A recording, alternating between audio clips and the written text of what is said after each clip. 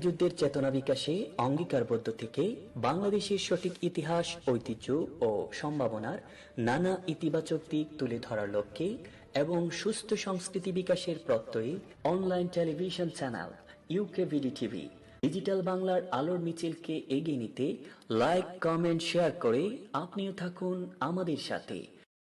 ইউকেভিডি TV, here to serve the community.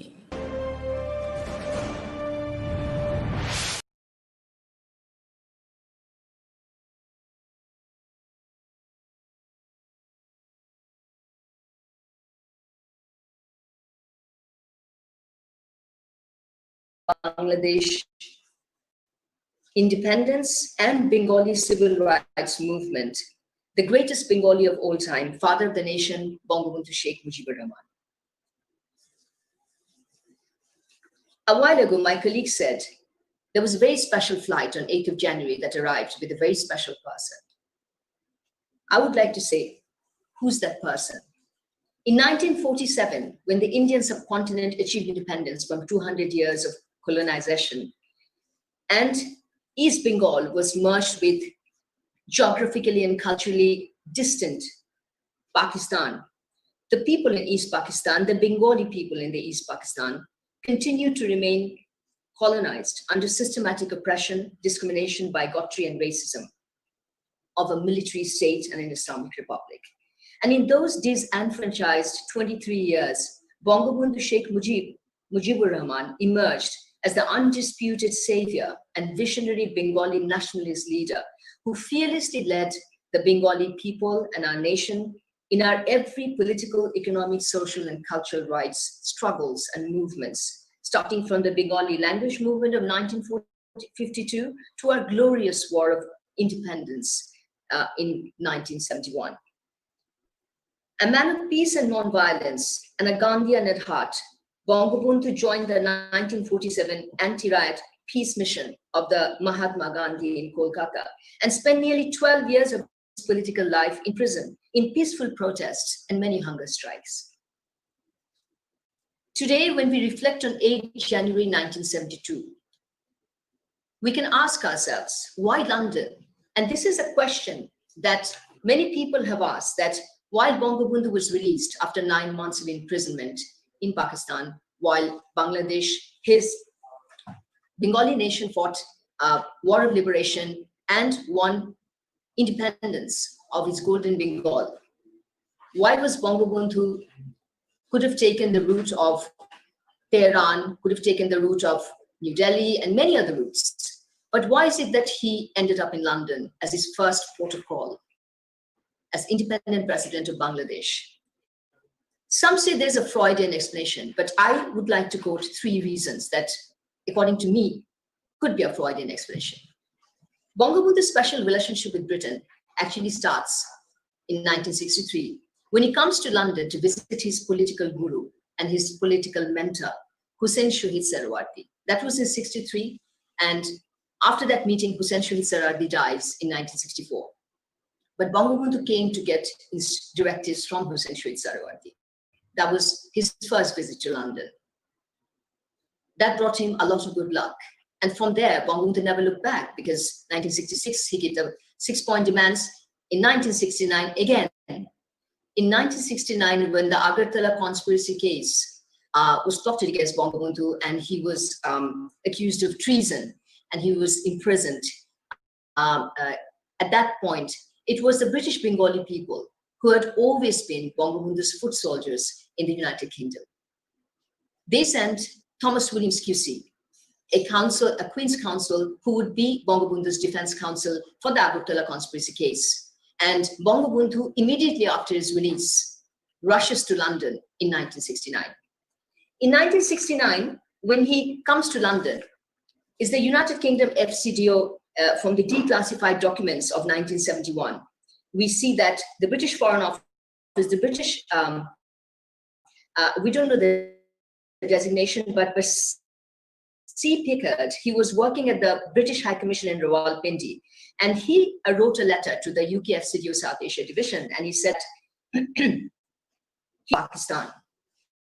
This is how the British diplomatic and political analysis went from Islamabad that Bangabandhu would be the next Prime Minister of Pakistan. He should be given full protocol, and he was given full protocol. He was given 3 police vehicles. He was received at the airport by UKFCTO representative, and he was hosted a lunch at the UKFCO by Deputy Under Secretary of State, Sir Stanley Thomsilon, and by British MP, Mr. Evan Lewart, who was the permanent parliamentary Under Secretary for FCO during those days.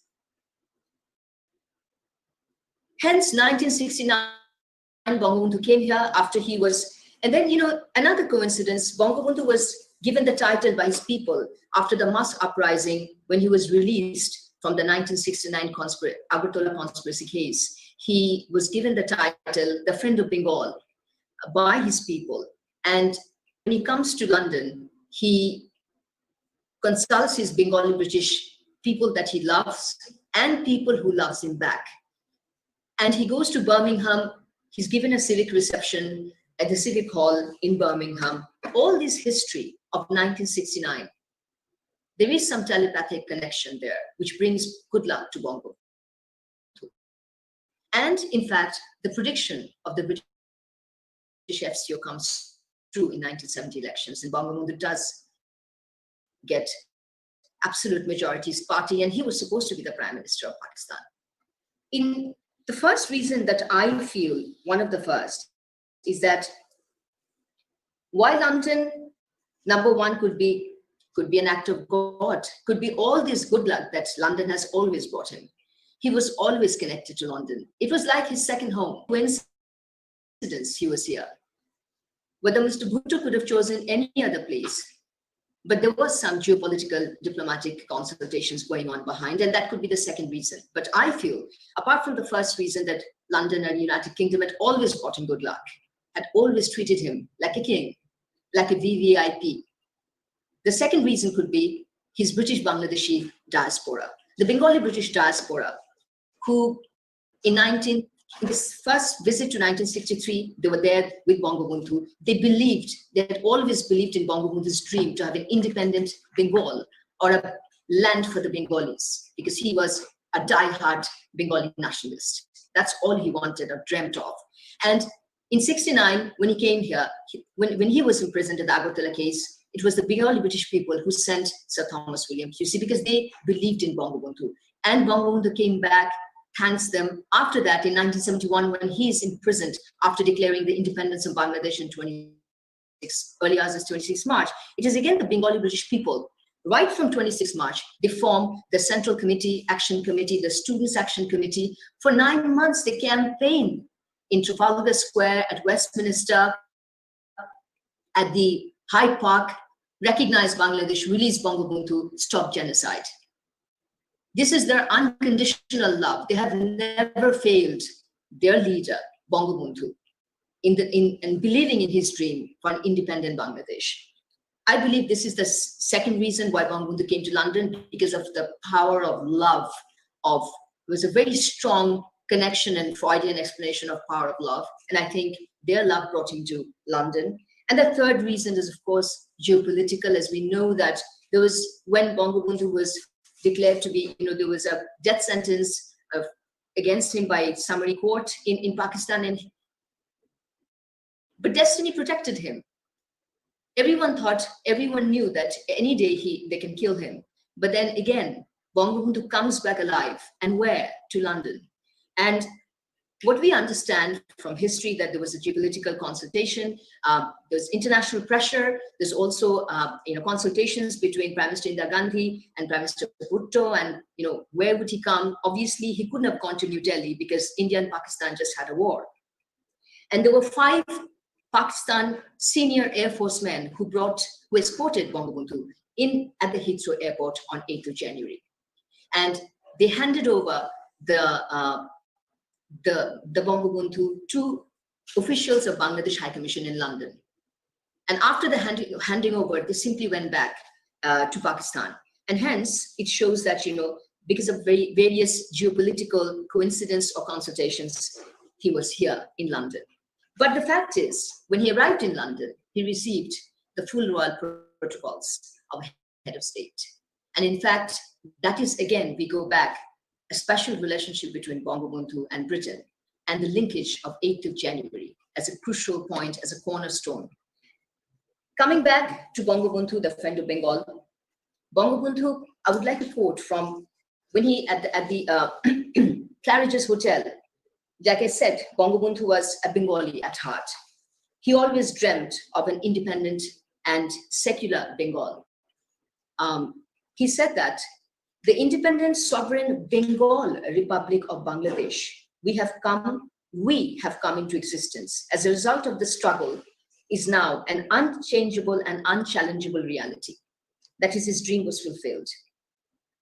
The Newsweek magazine of April 5, 1971, termed Bangabandhu as the poet of politics. Why? Because they said, tall for a Bengali, with a touch of graying hair, a bushy mustache, and altar black eyes, Mujib can attract a crowd of 1 million people to his rallies and hold them spellbound with great rolling waves of emotional rhetoric. He's a poet of politics, so his style may be just what was needed to unite the classes and the ideologies of the region. In August 1971, when Bangabandhu was still imprisoned, Time magazine UK wrote, a man of vitality and vehemence, Mujib became the political Gandhi of the Bengalis, symbolizing their hopes and voicing their grievances. Not even Pakistan's founder, Muhammad Ali Jinnah, drew the million-strong throngs that Mujib had attracted in Dhaka. Nor, for that matter, has any subcontinental politician since Gandhi's days spent so much time behind bars of his political beliefs. I would also like to quote journalist Cyril Dunn, British journalist Cyril Dunn of the London Observer, who once said, in the 1,000 years history of Bangladesh, Sheikh Mujib is the only leader who has, in terms of blood, race, language, culture, and birth, been a full-blooded Bengali. His physical stature was immense. His voice was redolent of thunder. His charisma worked magic on people. The courage and charm that flowed from him made him a unique Superman of his times. Today, on this auspicious day of 8th of January, when Bangabandhu and Britain, we are commemorating the 8th of January of how Bangabandhu, Britain has been a friend to the friend of Bengal, and the friend of Bengal has been a friend to Britain. And thanks to his Bengali British expatriates who had made it possible for this special relationship. Thanks to the Conservative government, Prime Minister Edward Heath, thanks to Labour leader Harold Wilson, and many more. On this auspicious day, I would just like to reaffirm unequivocally the values and aspirations of the Bangabandhu that led the Bengali nation of Bangladesh to independence. In his constitution of 1972, Bangabandhu instituted democracy, secularism, the Bengali nationalism, social justice as the four fundamental state policy of Bangladesh. Bangabandhu's visionary daughter, Prime Minister Sheikh Hasina, is carrying forward the legacy of her father. The secular, prosperous, and progressive Bangladesh is moving on to the 21st century. 2019, she achieved 8.19% growth for Bangladesh, and in post-COVID, she has achieved 5.24% growth for Bangladesh, which is unmatched by any other country in Asia. Bangladesh has also found its place under Prime Minister Sheikh Hasina in Bloomberg COVID Resilience Top 20 country. We strongly believe that, as Prime Minister Boris Johnson in his message has said, that Bangabandhu was a person of immense stature. I have the message here, and it says that he recalls that UK and Bangladesh have been friends and partners for 5 decades, from the huge rally in Trafalgar Square in 1971 and Sheikh Mujibur Rahman's historic visit to 10 Downing Street after independence in 1972. We share unbreakable bonds of kinship and culture, collaboration and prosperity, and the 600,000 strong British Bangladeshi community, as from Bangladesh High Commissioner to the UK, that based on Bangabandhu's values and the friendship and a special relationship that he had and he created since 8 January 1972, we move on to the next chapter of our bilateral relations. With these words, I would like to move on to the main program. And I would like to again thank everyone that has joined us, including especially Honorable Foreign Minister, who we thought will join a bit later. But thank you, sir, for joining us now. And also Lord Ahmed for joining us. We have as our first speaker, Right Honourable Mark Drakeford, MS, First Minister of Wales.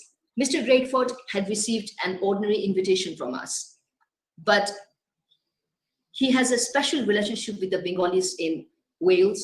And not only that, when we approached him that whether we are currently translating Bangabandhu's 7 March speech to 3 languages, which are apart from English in the United Kingdom, Scottish, Welsh, and Irish. And I heard from a friend, common friend of Mr. Drakeford, that he volunteered that he will forward, and he knows his language very well, and he will help us translate it. I thank him for that, and I welcome him to our meeting, today's commemorative event, and I request him to take the floor. You have the floor, sir. Well, High Commissioner, thank you very much indeed. Thank you for the invitation to take part in today's very special commemoration and celebration event. And thank you personally for all the interest that you have taken in Wales during your time as High Commissioner. We've much enjoyed welcoming you here to Wales and look forward to the days when that is possible again. When I was growing up here in Wales in the 1960s and at the start of the 1970s, the journey to Bangladeshi independence was still to be completed. And the figure of Sheikh Mujibur Rahman was a constant presence on our television screens. And I think of that every year as we celebrate Independence Day, Bangladeshi Independence Day, here in Cardiff.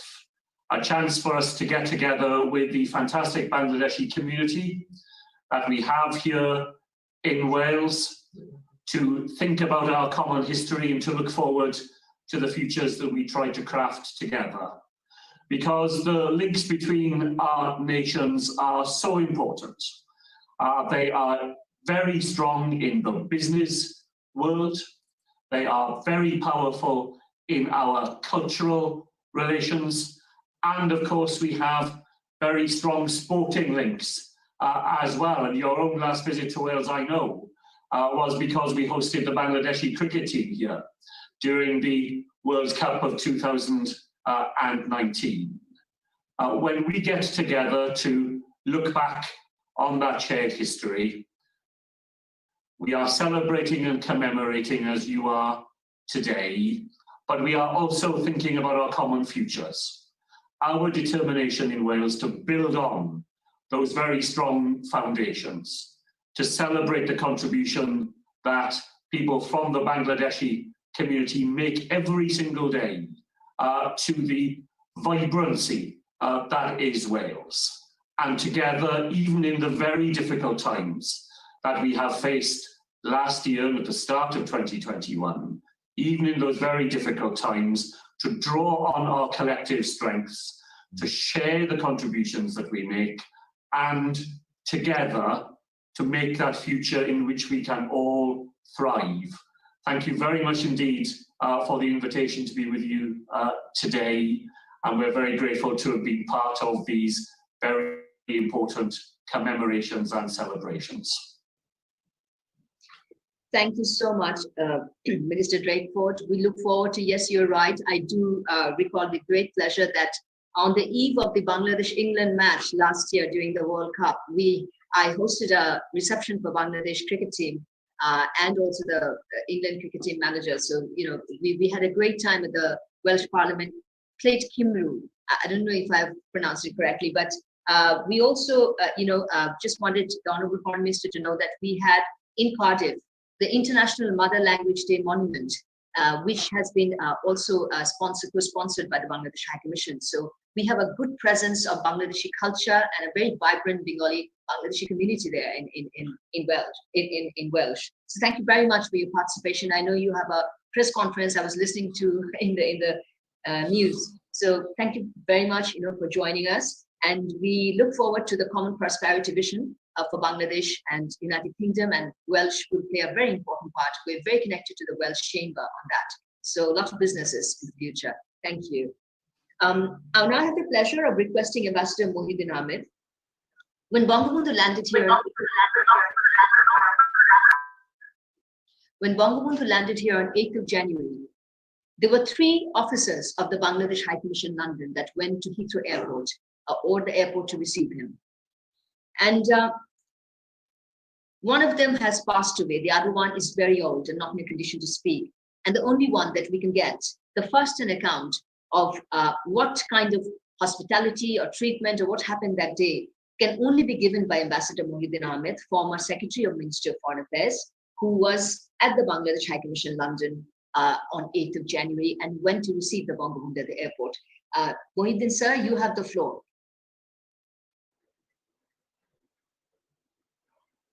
You have to unmute your flag.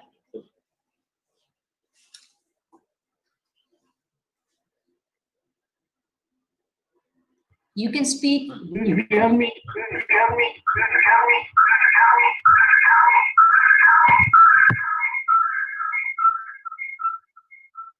Thank you very much, High Commissioner Sayeda Munatafsir. I'm very much honored that you have invited me to be a participant in your event today.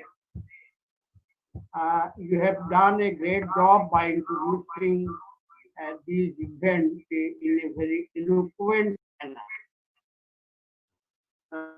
And I also thank in this connection our Foreign Minister, Dr. Momen, who has been leading the celebration of Bangabandhu's birth centenary all around the world in our midst. Well, yes, for me it is a very nostalgic day. 1972, 8 January. In the morning, I had the rare honor of receiving the Father of the Nation at Heathrow Airport. There was a VVIP suite those days, alcohol and brown. I don't think it exists now, but we received him there at the VVIP suite. Do you hear me?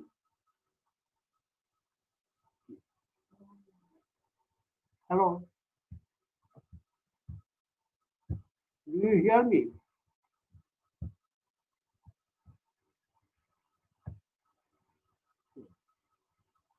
Hello? Do you hear me?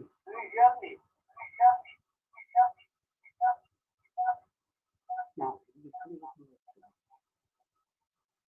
Hello? Hello? Sir, we can hear me. So it was very early in the morning that we got the telephone call from Mr. Ian Sutherland, who was then head of South Asia Division of Foreign and Commonwealth Office, about the imminent arrival of Bangabandhu at Heathrow.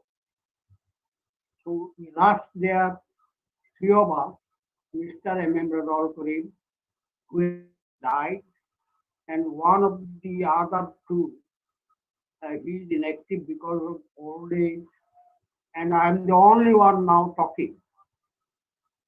This morning also in a different place, Liberation War Museum, I gave a talk about an hour on this day. It was very emotional meeting in the sense that Bangabandhu Sheikh Mujibur Rahman, for whom the people of this country fought in his absence, in his name, 3 million people had sacrificed their lives, and 200,000 women of Bangladesh had lost, had suffered in the hands of Pakistani army. That was the man who I was just standing before. I had cried out when I saw him. And he also was as emotional, embraced me and consoled me that you don't have to fear anymore because he is now back. We are very grateful to British Foreign and Commonwealth Office right to this day fondly and respectfully remember Ian Sutherland, who subsequently became British ambassador to Moscow, who had received the Bangabandhu on behalf of the British government that early morning. And he told us that all arrangements had been made at the Claridge's Hotel. He further suggested that if we wanted to wait for the Rolls Royce to come to the airport to take back Father of the Nation to Claridge Hotel, we could wait. Or we could take the Bangabandhu to the Claridge Hotel in our. I had one car and Mr. Azhar Karim had another car. So we decided, Bangabandhu also agreed that we should go to the Claridge in our car. So Bangabandhu was driven by Mr. Azhar Karim in his car. Bangabandhu sitting to the left of Mr. Azhar Karim. On seat behind him were Dr. Kamal Hussain, his wife Hamza Hussain, and their two children. And I was carrying their small baggage in my car with my other friend Mujibur Ahmad Jagir, who was also there to receive the Bangabandhu. We went to Claridge Hotel and found it was an extremely good arrangement for a head of the state, and all the respect protocol was there. And we were deeply touched at that point that such good arrangement had been, as the guests of British government, Ian Sutherland had received him at the airport and then had made the arrangements at the Claridge. I will skip many other events that happened between the early morning and noon. The most important thing happened at about 2 o'clock in the afternoon was the Bangabandhu Father of the Nation press conference at the Claridge's ballroom, where about 300 journalists were present. And important, it was the first time that in 9 months, people of the world were seeing Bangabandhu Sheikh Mujibur Rahman in person. These 9 months, we were in the Pakistani prison, as you all know. But these were the time when in the press conference, he was there to be seen by the world. In that press conference, Bangabandhu Sheikh Mujibur Rahman read out a prepared statement, a small one page, and then asked invited questions. In that one-page statement that he read out, he had spelled out the main features of the future of Bangladesh foreign policy and other goals that he had set for himself for the development of Bangladesh. Now, just one example I would like to quote here. When a journalist asked him, "Sir, you want all the countries of the world to come to you, help and to give you recognition. Is that correct?" Bangabandhu said, "Yes, that is correct." Then he followed with a supplementary question. If Israel comes out with offer to help you and give you recognition, would you receive it? Bangabandhu was totally non-committal. He said, "I have to think about it." To this day, we have not recognized this guy because of the suppression and persecution of the. Whereas we see the Arab countries coming forward and making peace, but we have remained steadfast from 8 January 1972 when Bangabandhu had made that statement. Now, the second most important thing happened was when Bangabandhu went to Downing Street to meet then Prime Minister Edward Heath. It was about 3 o'clock in the afternoon. He went there with Dr. Kamal. Now, there is a background to it. It was a Saturday when Bangabandhu had arrived early in the morning. The British Prime Minister, as you all know, has a country home at Sheikh. So the British Prime Minister Edward Heath had gone to Sheikh the earlier day, Friday evening, to have spent his weekend. He did not know that Bangladesh, father of the nation, Bangabandhu Sheikh Mujibur Rahman, was coming to London the next day. But when he was told the next day, Saturday morning after the arrival of Bangabandhu, that Bangabandhu was in London, the Prime Minister Edward Heath, in an utmost display of courtesy and consideration for Bangabandhu, rushed back to 10 Downing Street and received the Bangabandhu at about 3 o'clock, as I said earlier. There, they spent some time talking to each other. More, as you can understand subsequently, to thank the British government and the people of Britain for the support they had given those 9 months of our suffering and hardship. The British government had not, most of the time, openly supported us. That was not possible for a sitting government to do so. But they did it in many indirect ways to support the Bangladesh liberation war. This is one example that I have already given, that the Prime Minister of Britain, those days, Edward Heath, rushed back to 10 Downing Street and received the Bangabandhu. And Bangabandhu conveyed his thanks to the British government for the support they gave us. One other example that I must say is very relevant now. We had opened up a mission, 24 Families Garden in Notting Hill Gate. The High Commissioner of Pakistan, those days, Rahman Ali, went to the British Foreign Ministry, and the Minister of State was then Joseph Godbar, complained to him about our opening of the Bangladesh ministry. Joseph Godbar gave him the reply that they are not violating any law of Britain. So what can you do about it? They are making a campaign about the Bangladesh independence. You also go on making your own statements and campaigns. They are doing their job in their own way of not violating any law. We can't do anything. We don't have any law to prosecute them. That was an example when they silently supported. When we opened the mission, it was not recognized by the British government, but it was the mission to work to our people in Britain, a high commission in that sense. We don't call it a high commission.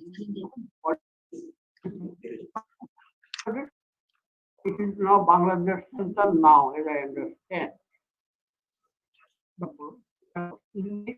Sir, can you hear me? Sir, thank you very much. So thank you very much. We thank you. We are very grateful to you that you participated and reflected on some of the verbatim of what happened, and particularly the interactions between how Bangabandhu responded to some of the questions at the Karajas Hotel to the media. And we know that one thing he made very clear, you're absolutely right, he was very diplomatic. He did say one thing, that I would like to thank all those people, freedom-loving states who have supported our national liberation struggle, in particular India, Soviet Union, Poland. But then he said other Eastern European countries. Then he said the United Kingdom, France, and also the freedom-loving people all over the world, including the United States, a country that had not supported us during our 1971 war. So definitely he was doing a lot of diplomacy. Thank you very much, sir. We have to move on because we have many speakers waiting. We profoundly thank you for participating and reflecting on what happened verbatim on 1972, and we'll again bring you for a talk the other day so everyone can listen to you, particularly new generation British Bangladeshis, of what happened and how Bangabandhu was treated as a very important person, as a head of state his first maiden visit when Bangladesh didn't receive de jure or de facto recognition. I now have Ms. Lisa Nandi MP, the Shadow Secretary of State for Foreign and Commonwealth Affairs, to be speaking. Ms. Nandi has been MP since 2010. She's the Shadow Foreign Secretary, and I've already had a meeting with her. And one special thing about Ms. Nandi is that from her name, you can understand that her father is of Bengali origin, if I'm not incorrect. We are very pleased to have. We know that Labour Party had a special relationship with many Labour leaders during the 1971 British Bangladeshi movement over here in the United Kingdom. Just as much as Bengali British were there, Indian British were there. There was a lot of support from Labour Party, Lord Brockway and others, Peter Shaw, and Michael Barnes MP. Many of them joined the Bengali British movement to release Bangabandhu. And we're very proud to have Lisa Nandi in our meeting. We hope she'll reflect a little bit on these special bonds with Labour Party and perhaps the foreign policy aspects of future Bangladeshi relations. Ms. Nandi, you have the floor. Thank you so much. Can I begin by thanking you, Your Excellency, the High Commissioner, for inviting me to attend today's commemorative event, where we mark the first visit to the UK of Bangladesh's founding father, Sheikh Mujibur Rahman, on the 8th of January 1972, several years before I was born, as president of the newly independent Bangladesh. And as you said, this is something that is very personal to me and to my family history. It's wonderful to look around this call today and to see so many parliamentary colleagues from all sides of the House, from the House of Commons, from the House of Lords, attending today's commemoration, as well as the First Minister of Wales and the Labour leader, Keir Starmer, who recently joined the call to listen to those brilliant contributions that we've heard so far. 2021 holds particular significance for relations between our two countries. Not only does it mark the centenary of the birth of Bangabandhu, but also the 50th anniversary of the formation of diplomatic relations between Bangladesh and the United Kingdom. And we remember in the Labour Party with great pride that it was the UK to which Bangabandhu made his first international visit following his release, and the strength and depth of the friendship between our two countries, which lasts to this day, reflects that of the two leaders who met that day, Bangabandhu and the then Prime Minister Harold Wilson, who maintained a close friendship throughout their time in office and laid the foundations for the close friendship that our two nations enjoy today. And those ties are reflected in the rich and valued contribution that the Bangladeshi community plays here in the United Kingdom. For us in the Labour Party, representatives of Bangladeshi origin play a vital role through our movement, including colleagues in Westminster who are enormously valued by myself and by Keir, and by more than 100 Labour councillors across the country and thousands of active and committed members across our movement. In the 50 years since Bangladesh's independence, the country has become an important and valued partner for us here in the United Kingdom, as well as for the wider international community. And at a time when the world has never felt less secure and our futures more intertwined, it's through our common endeavour and our shared objectives that we're able to overcome such adversity. So today's commemoration holds particular importance for me. It's an opportunity to reaffirm the ties between our countries and that cooperation that we hold dear. And as you mentioned, Your Excellency, some of you may already be aware that my father is of Bengali origin, and I am immensely proud of my British and Bengali heritage. And as Labour's Shadow Foreign Secretary, I look forward to working with the Bangladesh High Commission and the Bangladeshi community here in the UK in continuing to develop our relationship based around our shared values and common goals. Finally, I would just like to take this opportunity to wish Your Excellency, the Bangladesh High Commission and all of the staff who've made this event possible, and the British Bangladeshi community, every success for these year-long celebrations. And I very much look forward to working with you to continue to strengthen our relationship in the future. Thank you so much, Ms. Nandi. We absolutely look forward. Thank you for the beautiful statement and recollecting some of the friendship that existed between Bangabandhu and, of course, the Bengali British community and with many prolific Labour leaders. Thank you for joining us. We look forward to working with you to taking our Bangladesh-UK relations to the next level and to a new chapter. Of course, next year, this year, 2021 and 22 would be 50th anniversary of our diplomatic relations. So absolutely look forward to your participation in these events. Thanks very much for your time. I would now give the floor to Ms. Samantha Cohen, who has been assistant. Oh, I'm sorry. I'll now give the floor to Mr. William Crawley, a former BBC journalist who attended the 8 January press conference of the Bangabandhu. And he was working at the BBC External Service Radio at that time. And his close colleague was Mr. Sirajur Rahman of BBC Bengali service. He did visit Bangladesh and listened to the Bangabandhu in a public political speech at the Narayanganj during election rally in 1973. And he also took part in an interview of the Bangabandhu by the BBC Bengali service when Bangabandhu was passing through London in transit, perhaps in 1973, perhaps on way to Ottawa for the Commonwealth Summit. Mr. William Crawley, you have the floor, sir. Thank you very much. It's a great privilege to be invited to this commemoration of Sheikh Mujibur Rahman, born in 1920, and of the 50th anniversary of the country that he led to independence. I'm conscious of the distinguished speakers who on this program, His Excellency the Foreign Minister of Bangladesh, Dr. A.K. Abdul Momen, leading figures in British politics and public life, and leading figures among the Bangladeshi community. I've just been asked to say a few words about Sheikh Mujib and the Bangladesh movement in the British media.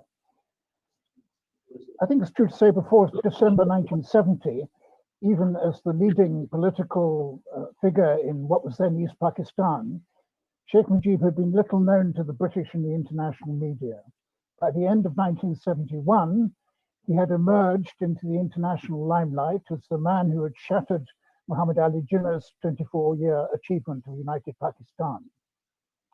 The unfolding political crisis had begun with a natural disaster, the cyclone which devastated East Pakistan in November 1970, and which was widely reported around the world. The Pakistan election of December 1970, because of East Pakistan's demographic majority, gave a decisive national victory to Sheikh Mujib's Awami League. The BBC's local correspondent in East Pakistan at the time, ABM Musa, was also correspondent of the London Times and the Sunday Times. He claimed plausibly that Sheikh Mujibur Rahman was introduced to the world by the BBC. Mujib's arrest and the Pakistan Army's crackdown on society and political activity in East Pakistan in March 1971 made him even more of a household name in the British and international media. The December 1971 war and the surrender of Pakistani forces.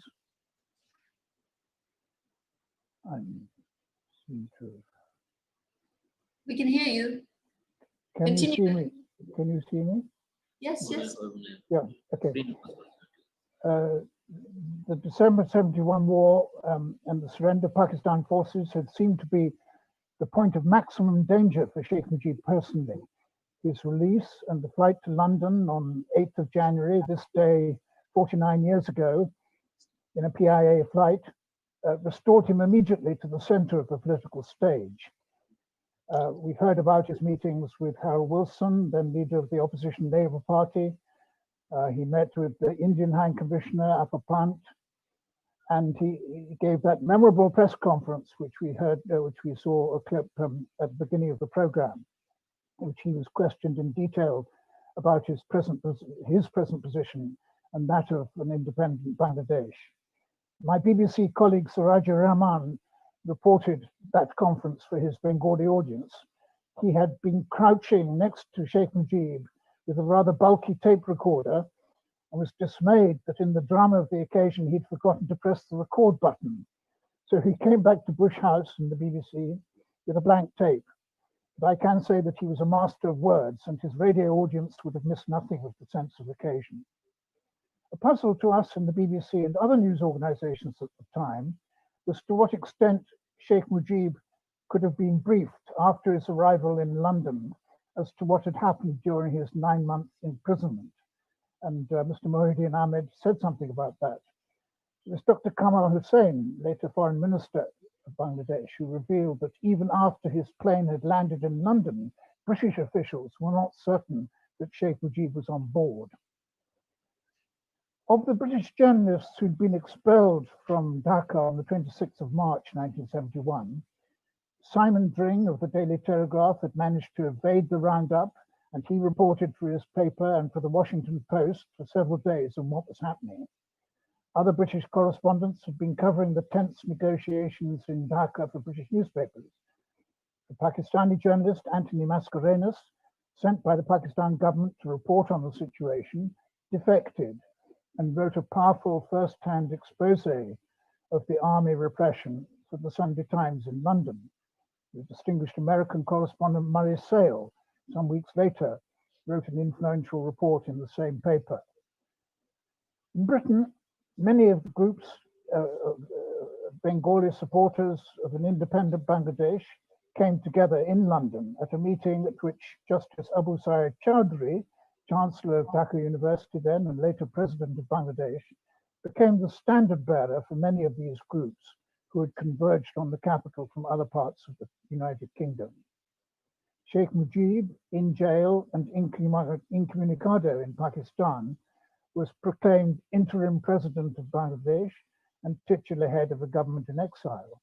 The flood of Bengali refugees into India over the months that followed kept the story in the international headlines. ABM Musa's successor as BBC correspondent in Dhaka, Nizamuddin, reported on events in Bengal throughout 1971, though for his own protection, his name was not attached to the dispatches when broadcast. That precaution proved to be tragically inadequate. He was killed, along with a group of prominent Bengali intellectuals, by irregular Pakistani militias known as the Razakars or Al-Badr on the eve of the capture of Dhaka by the Indian Army and the Bengali Mukti Bahini. They were brave men and women. Some of the interviews that Sheikh Mujib gave after his release are available now on YouTube.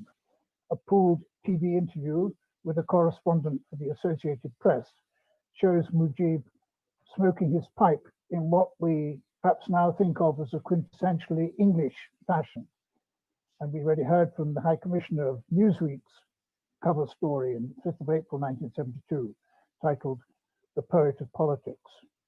In a later interview, Sheikh Mujib spoke to the prominent British journalist David Frost, then at the height of his TV career in Britain and the USA as television news anchor. His death and that of members of his family in August 1975 was brutal, but it did not overturn his main legacy, independence for Bangladesh, of which this is the 50th anniversary year. I'm grateful to Her Excellency the High Commissioner for inviting me to speak on this historic occasion. Thank you. Thank you. Thank you very much, Mr. Crowley, for giving us an account of the special affair between Bangabandhu and the British media, because Bangabandhu did not only have a special relationship with Britain, but we know that a number of very high-profile British journalists took interest in Bangabandhu, including Sir David Frost, who had interviewed him. Thank you very much for reminding us what were the headlines in 1971. And at the same time, you know, how UK or British media is following Bangladesh today.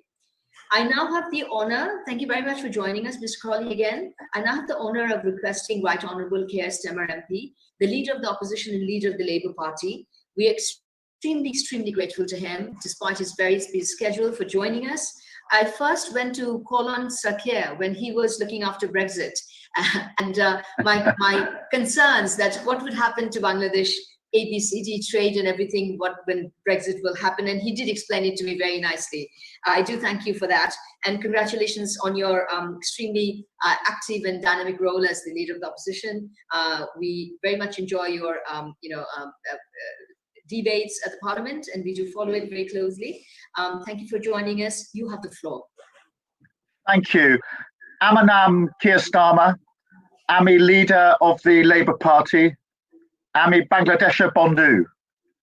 And I'd like to thank Her Excellency the High Commissioner for the invitation to speak today. And I recall that first meeting that we had in my office in Westminster. I look forward to many more meetings along the same lines on many topics and many issues. It's wonderful that we're joined today by His Excellency, Dr. Abdul Momen, the Honourable Foreign Minister, as we come together to commemorate the father of the nation of Bangladesh, Bangabandhu. It's a really remarkable occasion, and to pay tribute to this great statesman who spent 14 years in prison whilst fighting for civil, political and cultural rights in Bangladesh, leading to Bangladesh independence in 1971. Today we celebrate his historic maiden visit to London as the president of the newly independent Bangladesh. And it's a real pleasure for me, if I may say, to follow Lisa Nandi, our shadow foreign secretary, who's doing so much for the Labour Party on the world stage in the 9 or 10 months that she's been in post. Like her, and I listened to her words, I'm, as leader of the Labour Party, I'm incredibly proud of the relationship that the father of Bangladesh forged with my predecessor and former Prime Minister, of course, the great Harold Wilson. They shared a rare friendship and camaraderie bound by their belief in justice and equality. And that bond, if you like, has provided a platform for the friendship and the relationship between the British people and the people of Bangladesh, which remains very, very strong today. And I'm determined to use the links between our two nations as a force for good in the world, and we absolutely need it at the moment, building on our shared values of tackling climate change, promoting economic equality, and crucially protecting human rights. So with that in mind, I want to reaffirm the Labour Party's commitment to defend the human rights of the Rohingya. You've heard from Lisa Nandi already this morning, and together we'll press the UK government to work more effectively with our allies and partners in the UN and other international organisations to uphold the rule of law in Myanmar and defend the Rohingya rights. But as much as we can talk about international relations, I want to use today's events to also thank the Bangladeshi community here in the UK, who have contributed hugely to British society, to our economy, and to our cultural diversity. And I know, this year, this last 9 months have been really, really difficult. And to all of you and all of your friends and relations and communities who've lost loved ones in the last 9 months to this dreadful virus, I send my deepest condolences. And if you could pass that on, I'd be really pleased if you could. The Bangladeshi community across the UK has played a crucial role in this pandemic, as we knew they would, whether as frontline workers, caregivers, through charitable giving, or just being part of the communities that they are, looking out and looking after one another. And obviously, here we are a few days into 2021, in the winter months now, and a new national lockdown. And it is the time to step up once again and work together. The next national effort here is the rollout of the vaccine and dealing with the economic impact of COVID-19. And many businesses will be affected, particularly renowned Bangladeshi restaurants across the United Kingdom. I know this from my own community, from my own constituency, who've played such a huge part in our national history. We've got over, as you know, 12,000 British Bangladeshi restaurants across the United Kingdom, but they're now under huge pressure, along with the rest of the hospitality sector. I don't think there's any sector that's been hit harder than the hospitality sector. And as I go around the country, particularly through Camden, to see all of those restaurants all shut up, boarded, with nobody there, tells its own story. And that's against the background, of course, that the curry industry employs over 90,000 people in the United Kingdom and is worth over £4 billion to our economy. And we therefore need to do all we can to support the sustainability of these restaurants, of this industry at this unprecedented time. And as Labour leader, I'm really proud to say my party is a strong voice and platform for the British Bangladeshi community. It always has been. And it was really good to be able to get to this bit of my speech. The first councillor, the first council leader, the first peer and the first MP from the British Bangladeshi community were all represented by the Labour Party, and we're really, really proud of that connection that we have, and the representation that gives in all of our important places of representation. I'm really proud also that our 4 members of Parliament of Bangladeshi origin are all women, leading the way and breaking down barriers, and that's incredibly important for diversity across the United Kingdom. Plays a huge part. In my own constituency in Camden, the Bangladeshi community plays an integral part of civil society, and I'll continue to work with other MPs and councillors and the wider community to ensure that the voice of Bangladesh is heard and represented at the heart of our democracy.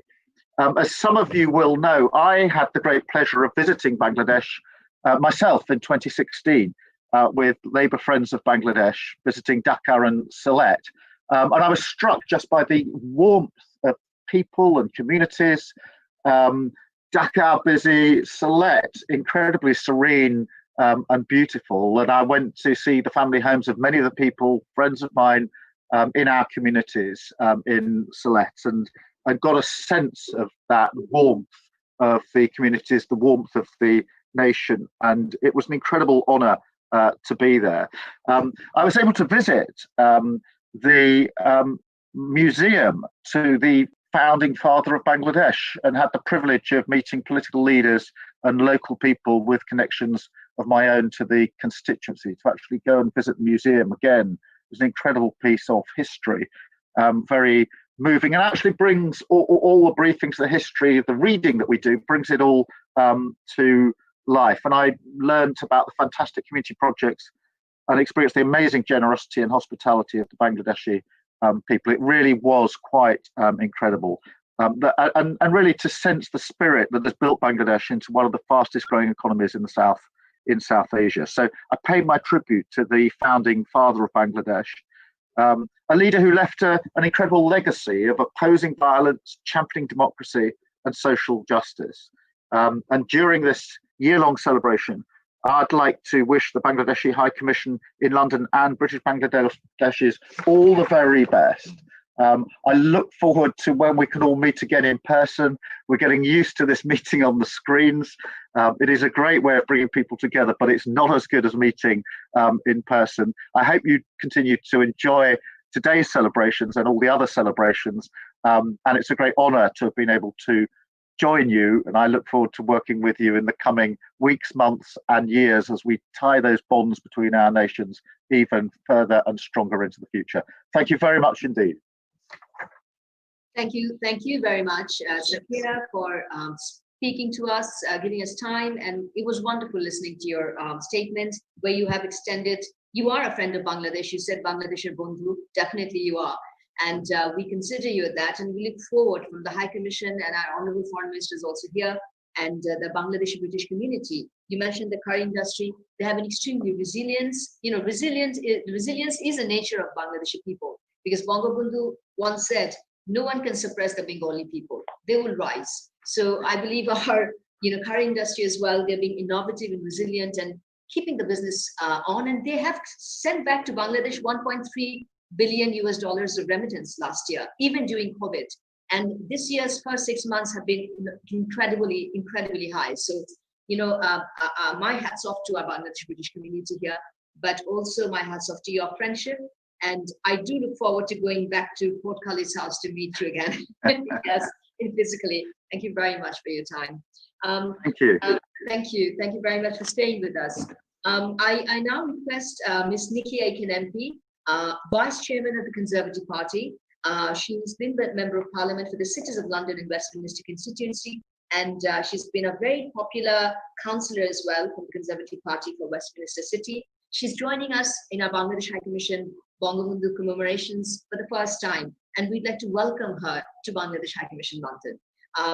Ms. Aiken, I know that you've been a friend to the Bengali people, Bangladeshi people in your constituency, but you're also very popular in the Labour Conservative Party. And, we have been strongly recommended that we should invite you. So I really am grateful to you for attending today's meeting. You have the floor, madam.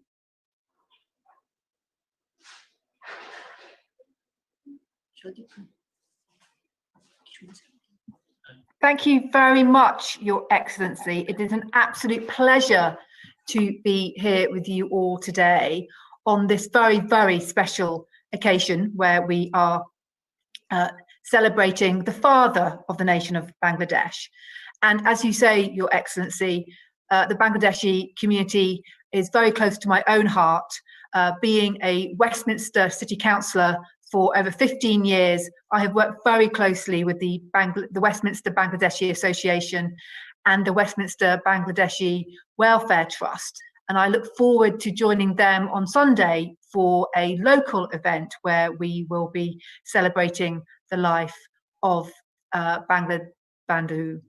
I'd also like to pay my respects today to the Honourable Foreign Minister of Bangladesh, His Excellency Dr. Momin, who I can see here today, as well as my dear colleague, the UK Foreign, Commonwealth and Development Office Minister for South Asia and the Commonwealth, Lord Ahmed, who I know will be addressing you later. And I've also note that my colleague Joy Morrissey MP is here and will be speaking to you later, as is our brilliant candidate for London Mayor, Sean Bailey. But it really is an honour to be here today. I note that the Bangladeshi government and people will be celebrating with UNESCO throughout this year the birth of the founding father of Bangladesh, the 100th birthday of his birth. I'm representing here today the chairman of the Conservative Party, Miss Amanda Milling, who is unfortunately not able to be with you because of commitments elsewhere. I'm sure you will appreciate that as a member of the British government and the cabinet, with the crisis that we are facing at the moment, she is extremely busy on dealing with the pandemic. But I know that she was meant to be the guest of honour to speak at the Bangladeshi High Commission at the Royal Geographic Society event last March, to celebrate, or to start, I think, the celebrations of the centenary of the birth of the father of the nation. But sadly, it was postponed due to COVID lockdowns, and I'm sure that she would be looking forward to joining you again when you can reorganise that event. But as Your Excellency you say that I am the Vice Chairman of the Conservative Party and also the MP for Westminster, or the cities of London and Westminster. I know that my predecessor, Mark Field, who had been a Foreign Office Minister responsible for South Asia, had also held Bangladesh very, very close to his heart. And he wished me to wish you all the very, very best today. I'm fascinated when I've been researching before this event and reading about the father of the nation's first trip to the United Kingdom after he was released from prison, and the fact that he chose London to be his first port of call, and the fact it was to my constituency, and the fact that the then Prime Minister, Edward Heath, invited him to Downing Street, where they had, I understand, very positive and long conversations about the special relationship between Bangladesh and the United Kingdom, particularly as Bangladesh was becoming an independent nation. And I understand that it was Britain was the first Western European country to recognise Bangladesh as an independent country, which was actually the meeting that took place then was on February the 4th, 1972, and that date is very special to me because that's my birthday.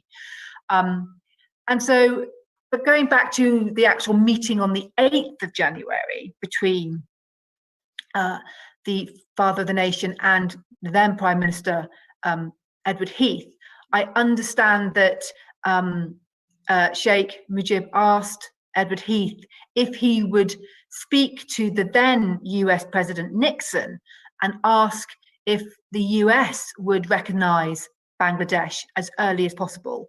And I believe that Sir Edward actually did that. So that shows the very, very strong relationship, even at the very, very beginning of Bangladesh's beginning of the state of Bangladesh. And I think it's extraordinary that the relationship continues as strong today, and that as we look forward to a post-Brexit world and a post-COVID world, and may that be a very, very, hopefully in the short term, we will see a post-COVID world.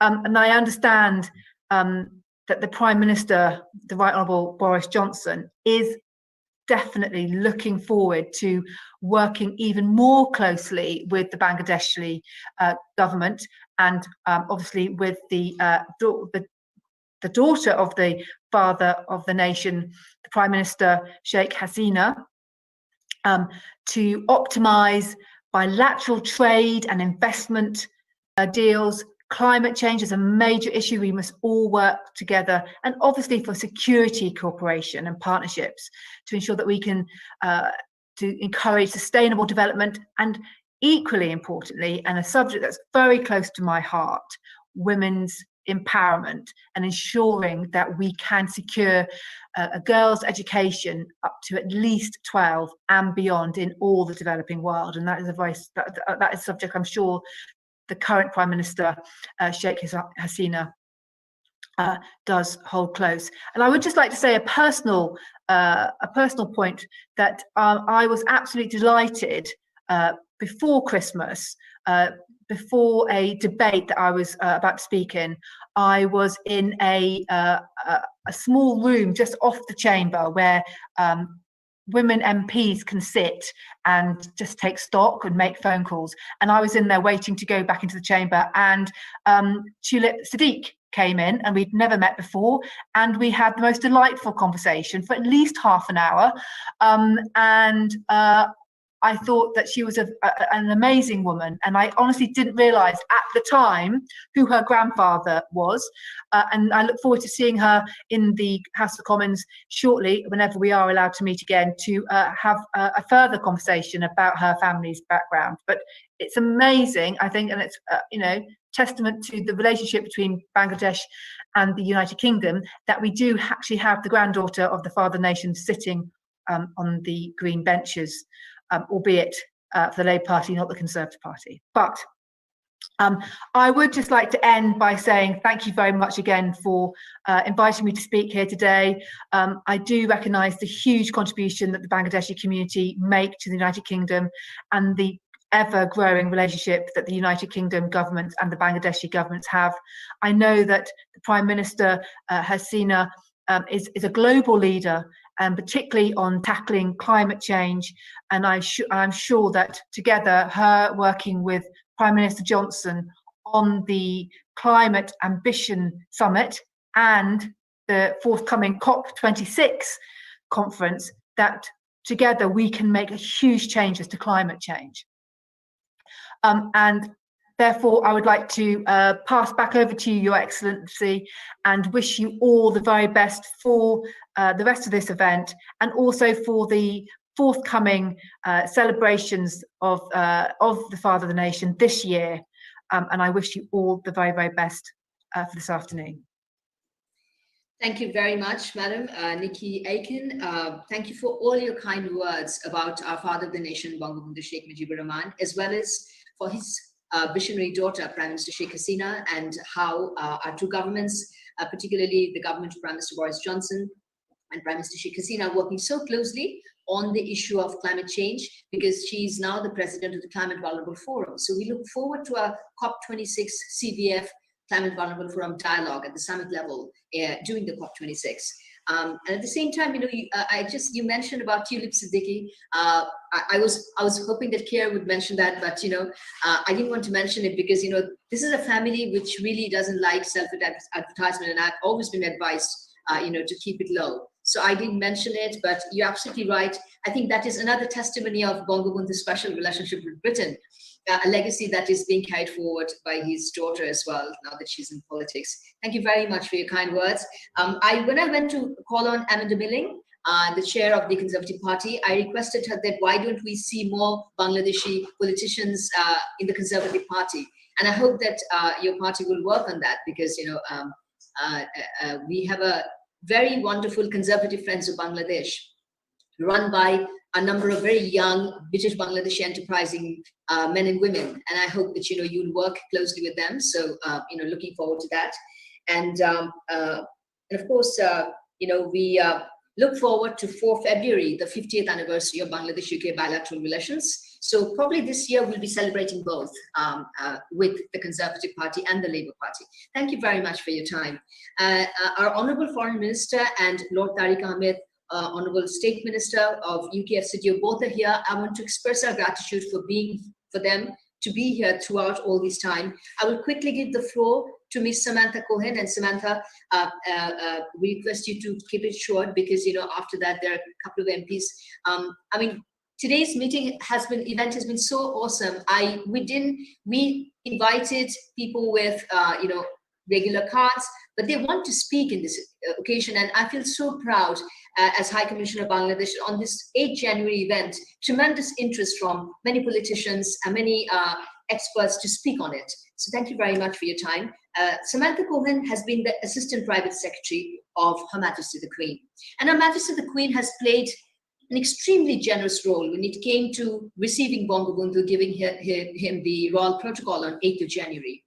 At the same time, she did give her royal assent very quickly when it came to the question of Bangladesh's membership of the Commonwealth, which we did within less than 2 months of our becoming independent. So it is quite extraordinary that, Bangabandhu was embraced by the Commonwealth and had excellent interactions with Her Majesty at the Ottawa Summit as well as the Kingston Summit. We have photographs and memories of that. We pay a tribute to Her Majesty the Queen and request Samantha to reflect a little bit about Her Majesty and the head of Commonwealth. How did she reflect on it? Samantha, you have the floor. Thank you very much. Thank you for inviting me today, High Commissioner, and I'd like to acknowledge the Bangladesh Foreign Minister and to thank Lord Ahmed for his vibrant leadership in the Commonwealth while the UK's chair in office. And first of all, on behalf of the Commonwealth Enterprise and Investment Council, where I'm currently the Chief Executive, I'd like to congratulate the government and the people of Bangladesh on the occasion of the birth centenary of your founding father, Bangabandhu. Today, we pay special tribute to the father of Bangladesh on his birth centenary as a visionary leader who dedicated his life to promoting Commonwealth values of democracy, peace, freedom, and human rights. And those are values that the Queen, as head of the Commonwealth, holds dearly. The Queen has dedicated her life to the Commonwealth, and she has seen it grow during her reign from 7 countries to now 54 countries. And it was always a great pleasure when new independent countries such as Bangladesh came into the Commonwealth, because the value of becoming part of the wider association was clearly enormous. And the Commonwealth was the first major international organisation that Bangladesh joined after independence in April 1972 with Her Majesty's strong blessing. And some of you here on the call today might remember that the Queen warmly received Prime Minister Sheikh Mujibur, along with the Duke of Edinburgh at the 1973 Ottawa and 1975 Kingston Commonwealth Summits, as the High Commissioner has just reminded us. And we now look forward to welcoming Bangladesh to the next Commonwealth Summit in Kigali in Rwanda in June this year. That will hopefully be attended by His Royal Highness the Prince of Wales, who will succeed Her Majesty as head of the Commonwealth. And I should say that Bangladesh has been playing a strong leadership role in the Commonwealth in promoting intra-Commonwealth business and trade and working closely with CWEIC on the business-to-business connectivity cluster.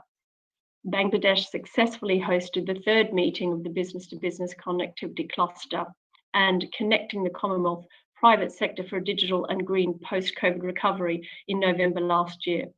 The business relationship with the UK and other Commonwealth countries is very strong, and Bangladesh's attractive growth rate of at least 5.3% over the last 16 years is impressive. During this more recent challenging period of COVID, CWEIC has worked with the Bangladesh High Commission to promote the garment and textile industry, which, as everyone knows, has been severely affected by the downturn in orders over the last year. I would also like to applaud the High Commissioner's new proposal for Bangladesh to sponsor a CWEIC Bangladesh Business Award to mark this occasion today. CWIC looks forward to partnering with you on this award, Your Excellency. It will be especially relevant with Bangladesh registering the highest growth in Asia post-COVID at around 5.24% in 2020. And I think this is the best tribute to Bangabandhu's Golden Bengal prosperity vision on his centenary. And I thank you very much for our excellent collaborative working relationship. And I know that Her Majesty the Queen would be delighted that you have blossomed as members of the Commonwealth. Thank you very much. Thank you, Samantha, for your kind words, particularly recollecting that Her Majesty the Queen, alongside Duke of Edinburgh, had received Bangabandhu in a very pleasant pleasantries, and he was introduced by Prime Minister Edward Heath. So we have some reports of that you know, he was also there as Bangabandhu's friend, and he was trying to promote his friend with the Queen. So you know, they had a very nice interaction. And thanks for mentioning how we're doing at the Commonwealth. Bangladesh does. Samantha is also the Commonwealth Business Council Enterprise CWIC's CEO, and we're very happy to have her. She's been very dynamic, promoting the digital and green platform in a post-COVID world, how we can enhance Bangladesh, UK, and inter-Commonwealth trade. And Bangladesh is the lead country within the Commonwealth, leading this, and we organized this seminar. Thank you, Samantha, once again for joining us and reflecting on Her Majesty's views of the Bangabandhu. We now have Ms. Joy Morrison MP. We're very, very honored to have her. She's the Parliamentary Private Secretary to the Foreign and Commonwealth and Development Office.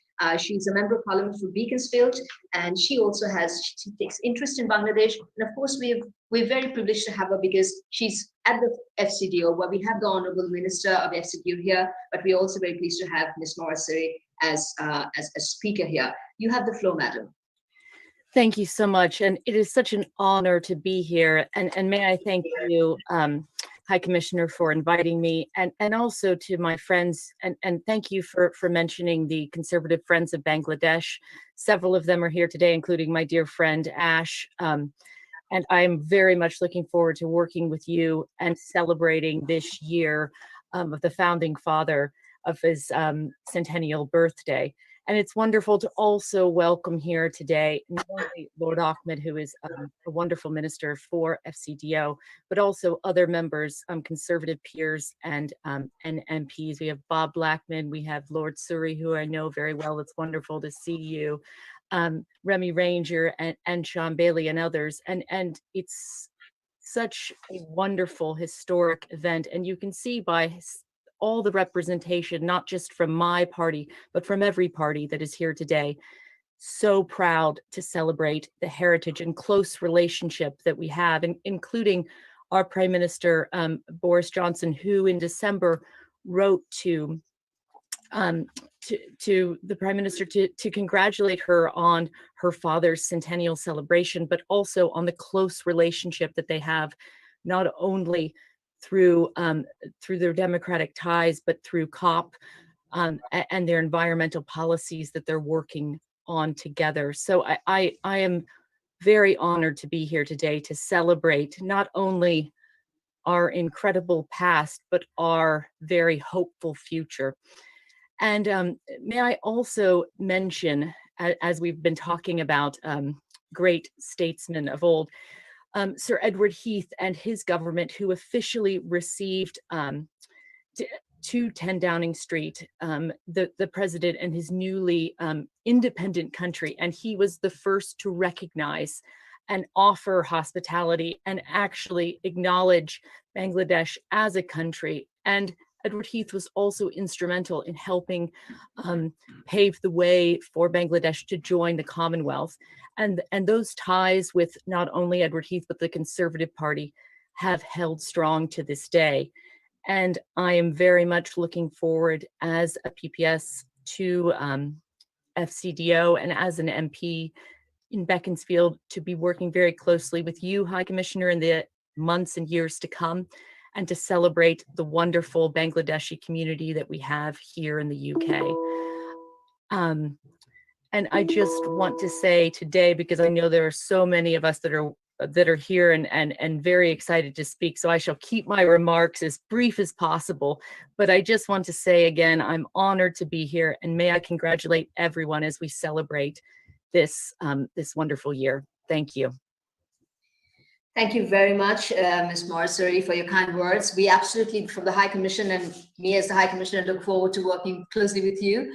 At the Foreign Office, we have our best friend, Lord Ahmed, and I'm so happy to have him in this program. But you know, today we are just so happy that so many Conservative and Labour MPs have joined us. Really a show of solidarity with the Father of the Nation's 8th January visit and his centenary. And I think a good reflection of how strong Bangladeshi relations are right now, how robust our relationship is. Thank you very much for mentioning the letter from UK Prime Minister, Right Honourable Boris Johnson, to our Honourable Prime Minister Sheikh Hasina. And thank you for your time. We look forward to working with you in the future. Before we go to somebody else, we have a request from Right Honourable the Lord Howell of Guildford, who's been an extremely good friend to me and to Bangladesh. He's a former FCO minister, but he was, when I joined here, the chair of the Standing Committee of International Affairs of the House of Lords. And now he's the chair of the Standing Committee on Justice. And we sent him a novel invitation. He wanted to speak. We're extremely honored that he wants to speak. He's an old hand, he's a veteran, and he was there in 1972 somewhere. So you have the floor, Sir Lord Howell. It's a pleasure having you. High Commissioner, thank you very much, and I'm honoured to be here, able to salute the founding fathers of your nation, particularly Sheikh Mujibur, Rahman, and many other heroic figures of the past. This gives me great pleasure. When I think of Bangladesh today, sitting here in London, immediately four points come to my mind. The first is that the first point was about networking. The second is about internet and IT and high technology. The third is about courage. And the fourth is about the Commonwealth, which Samantha Cohen has already very eloquently mentioned in her comments. So let me elaborate on those. First, Bangladesh today, and I'm thinking about the future as much as the past, is a prize example, a perfect example of the new strong big nations, large population, networking into the new configurations of the planet. The giant new network arrangements dominant in Asia and but throughout the world, which are replacing the patterns of the 20th century, and there's Bangladesh right to the fore in this process. Second, Bangladesh is of course an E-enabled high-tech nation.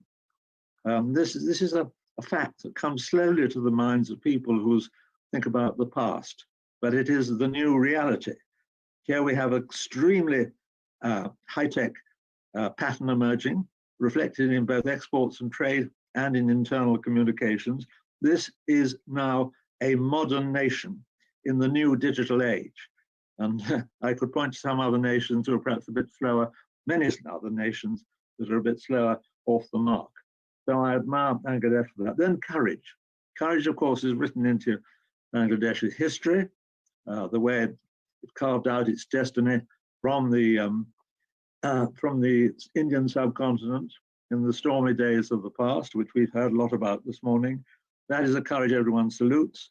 And I think it was particularly saluted by past prime ministers such as Edward Heath, who's been mentioned, in whose government I served, and Sir Alec Douglas-Home before him. I also served, though not as a minister.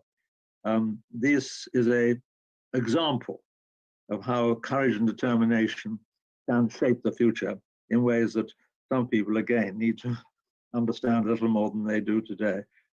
And then fourthly, the Commonwealth, mentioned by Samantha. It is indeed a wonderful thing that the Commonwealth network today, which is very, very different from the Commonwealth of even 20 years ago, thanks to the digital age. It's now, in a sense, the model with its vast network, 2.3 billion people. It is the model for the kind of international relations we're going to see more and more of in the future. Not overloaded with bureaucracy, not dominated by too many treaties, but nevertheless driven by fantastic connectivity at every level, governmental and non-governmental, and that applies as much to Bangladesh as anywhere else. So we have all those 4 points. We have 500 million, half a billion, I'm sorry, 500,000, I must get it, 500,000, half a million wonderful Bangladeshi expatriates living in this country, contributing, I think, very heavily to the new spirit of enterprise, dynamism, business development, and again, services and digital accumulations of the kind which are driving this country forward. So I associate Bangladesh in every way with the future. I see it as a future nation, and its peoples as enterprise people, bringing huge support to this country. Thank you very much, Bangladesh, for that. In addition, obviously, we return what support we can to modern Bangladesh, but let us not forget for one moment, this is a two-way process, and we are very honored in Britain to be part of this Commonwealth network of exchange. So there it is, a model for the future and a great nation, and I'm very proud to be able to say those words to you today. Thank you. Thank you very much, Lord Howell. You always have been a friend of Bangladesh, and what you see in Bangladesh is economic potential. Whenever I went to see you, and many times I've gone to see you, and you have participated in our IT investment conferences that we organized last year, 2 of them, and you were in both. And you are always fascinated by the Digital Bangladesh program and vision of our Prime Minister. You know, this is just amazing that how Bangladesh has been digitalized and managing COVID using the digital platform. And, you know, we have 50% of our digital trade are run by women. You'd be very happy to know they're through Facebook in Bangladesh. So, you know, these are the special statistics on digital, and, you know, we have huge amounts of fintech and money being transferred from phone to phone, including payment of government workers. Everything is done by phone. Everything is done digitally. I want to thank you and all the other members of parliament who had praised our Bangladeshi British community. The number is now 600,000. This is something that I had worked with the Foreign Office, because, you know, when I was serving here in 2005, it was 500,000, and I come back after 15 years, it's still 500,000. So I told them that, you know, we need to review this number, and then we agreed on a 600,000. I hope that is correct, but it could be even more than that. But, you know, our Bangladeshi British diaspora here, like I said, they were always a friend of Bangabandhu. They're always a friend of Bangladesh. And we call them the remittance fighters. And, you know, throughout this COVID, I've seen that, you know, as doctors, frontline key workers, as social caregivers, they have just been champions of our community. So, you know, of this, you know, culturally diverse British society. So I think that, you know, we can take a moment and pay a tribute to them today. I now have 2 speakers, one after another. One is Mr. Sean Bailey. As we know, he's a member of the London Assembly, and we are very pleased to have, before that, I would like to acknowledge Mr. Ashur Zaman, who's also a member, Mr. Ashur Zaman, who's a member of the Conservative Party, a very young, enterprising, like I said, in the Conservative Friends of Bangladesh, there are quite a few enterprising young men and women who help us, the High Commission, in telling us that which are the important Conservative MPs, and then we have the Labour Friends of Bangladesh telling us which are the MPs which are important, who take care in Bangladesh, and who are important to us, people who take interest in Bangladesh. So, you know, Mr. Sean Bailey is taking interest in Bangladesh. He had requested a meeting with me. I'm sorry I couldn't give it, but Mr. Bailey, we're very, very pleased to have you in today's meeting. He's a mayoral candidate for London. And today he's here only as a friend of Bangladesh and as a GLA member. You have the floor, sir. Thank you, Exie. Let me start by saying thank you for giving me the opportunity to speak at this event. It is such an honor to speak at the beginning of the centenary celebrations for the father of the nation, Sheikh Mujibur Rahman, because your contribution to London as a community and indeed the world has been very, very important. And you can see that today by the number of esteemed guests we have here.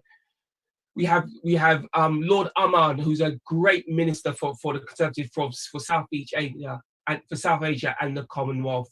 And of course, you have Dr. Mohammed MP, who is the Foreign Minister for Bangladesh. But why I'm really excited to speak at this event today is because, of course, the huge Bangladeshi community in London and the contribution they've made to arts, to politics, and of course, to business. And Your Excellency, you are right to challenge the chairman to ask where are our Bangladeshi representatives in the Conservative Party.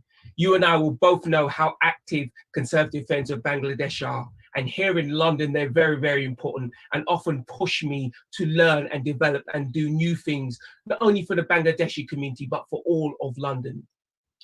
And it's a point of real pride for me that it was Edward Heath who then invited the new president of Bangladesh here to Britain first. It was the first Western nation to acknowledge the existence of Bangladesh. That's a real point of pride, because here in London, when we speak to our new generations who do not know the history of Bangladesh, it's very important to be able to tell them these things and let them understand that the Bangladeshi community on an international level and of course on a local level, a London level, have been a real force for good. When we talk about climate change and the work being done between our prime ministers and the president, the work being done there will change the future for young people all over the world. And it's just one example of how the Commonwealth network with real leaders like Bangladesh and Britain can get things done. And the big thing I want to say is this: the Bangladeshi community in London is some 200,000 strong and growing. They are part of our vibrancy in London. They're part of our business network in London. They're part of our cultural network in London, but most importantly, as Lord Howell said, they're part of our future in London.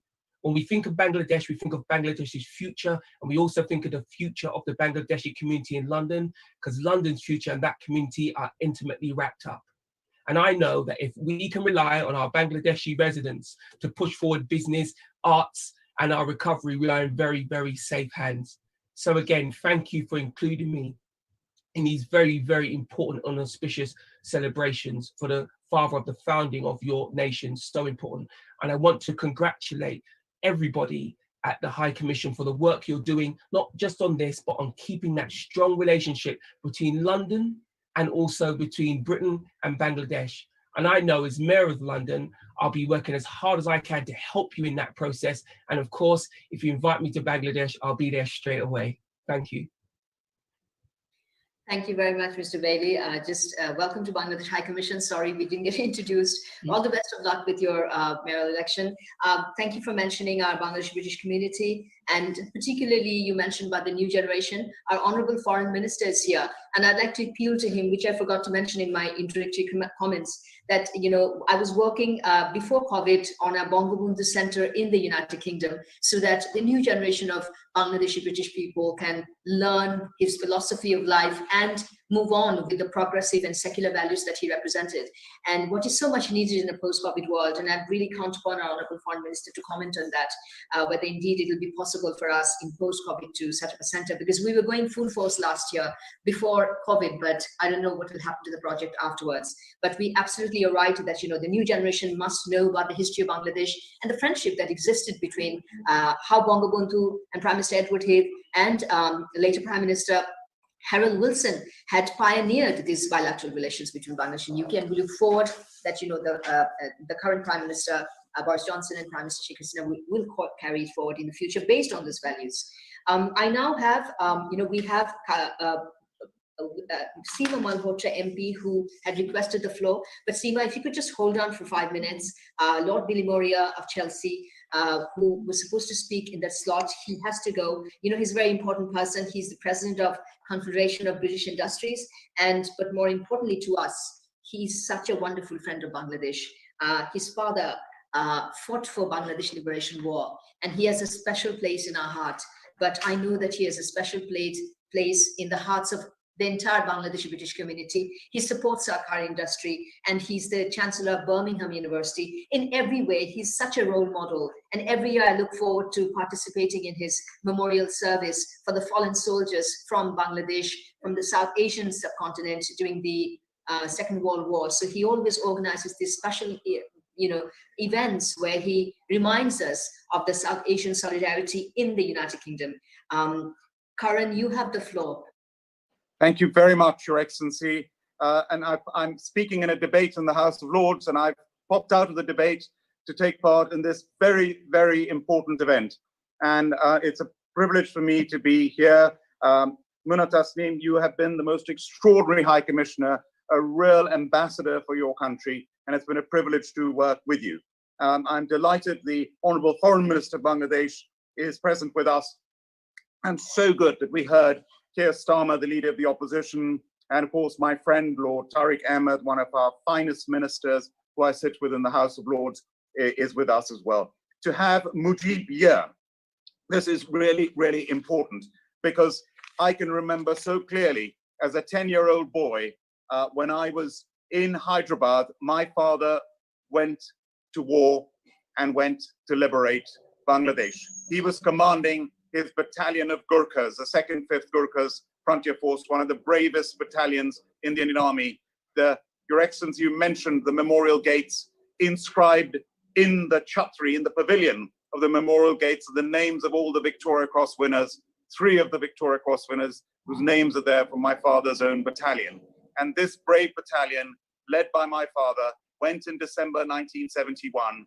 And I, as a 10-year-old boy, remember being so terrified that I would never see my father again, because sadly there were many casualties.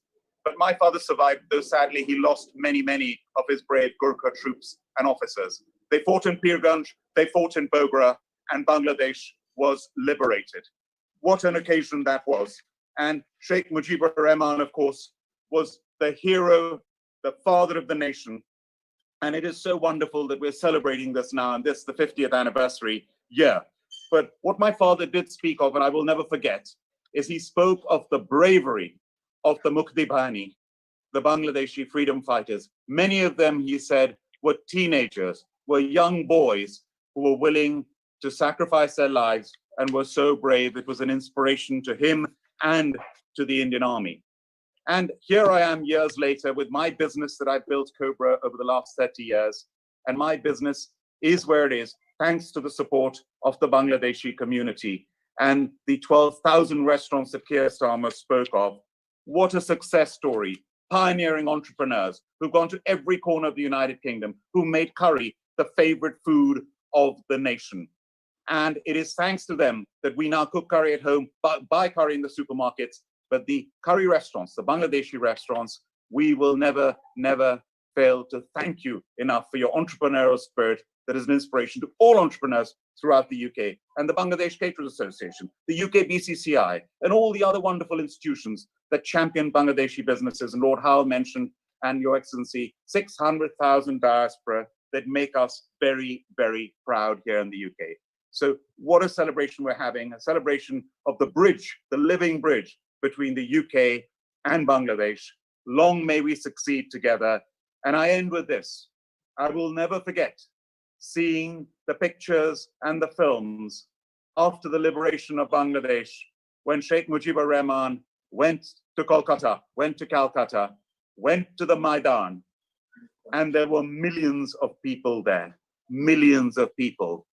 And then he chanted, "Joy Bangla," and the millions of voices chanted, "Joy Bangla." So I say, Joy Bangla. Thank you very much. It's a privilege to be with you. Thank you very much, Lord Billy Moria, for reminding us that Bangla is the binding factor for Bangabandhu. He was a Bengali nationalist, and for him, Bangla was extremely important. And, you know, in December 5, he said that at one time, attempts were made to wipe out all traces of Bengali history operations by Pakistan, except for the Bay of Bengal. The term Bengal is not seen anywhere. So on behalf of the people of Bengal, on 5 December 1971, he announced today that henceforth the province of East Pakistan will be known as Bangladesh. And it means land of the Bangla. That's what it means. So yes, that is something extremely important. Victory to Bangla. It's called Joy Bangla. Thank you very much. I know that Honorable Minister Lord Ahmed has joined us. We have a couple of speakers, and I would like to quickly give the floor before I, speak our guest of honor, request a guest of honor to speak. We have Lord Remy Ranger, Baron of Mayfair, who's been again an Indian origin House of Lords member, British, but he's been an excellent friend to Bangladesh and to the Bangladesh High Commission. He's such a pleasant personality. I got introduced to him very recently, but you know, his brother too had fought in Bangladesh Liberation War, and he has been guiding me as to to how to prep up the conservative friends of Bangladesh, and he's been helping them. So he's been a great friend of Bangladesh and a great friend of the Bangladesh High Commission. And I give you the floor, sir, Lord Remy Ranger. Thank you very much, Your Excellency, Saida Muna Tasneen. You have, in fact, you have made a history of collecting so many important dignitaries to celebrate this historical event and day that just goes to show the amount of effort, commitment you have shown in arranging this historical tribute to the founder of Bangladesh, Bangabandhu. You know, the person, he was an inspiration, not only just to Bengali, to the world at large. He was a man of vision, man of tenacity, man of commitment, determination, and above all, love for his people. He was not to be intimidated.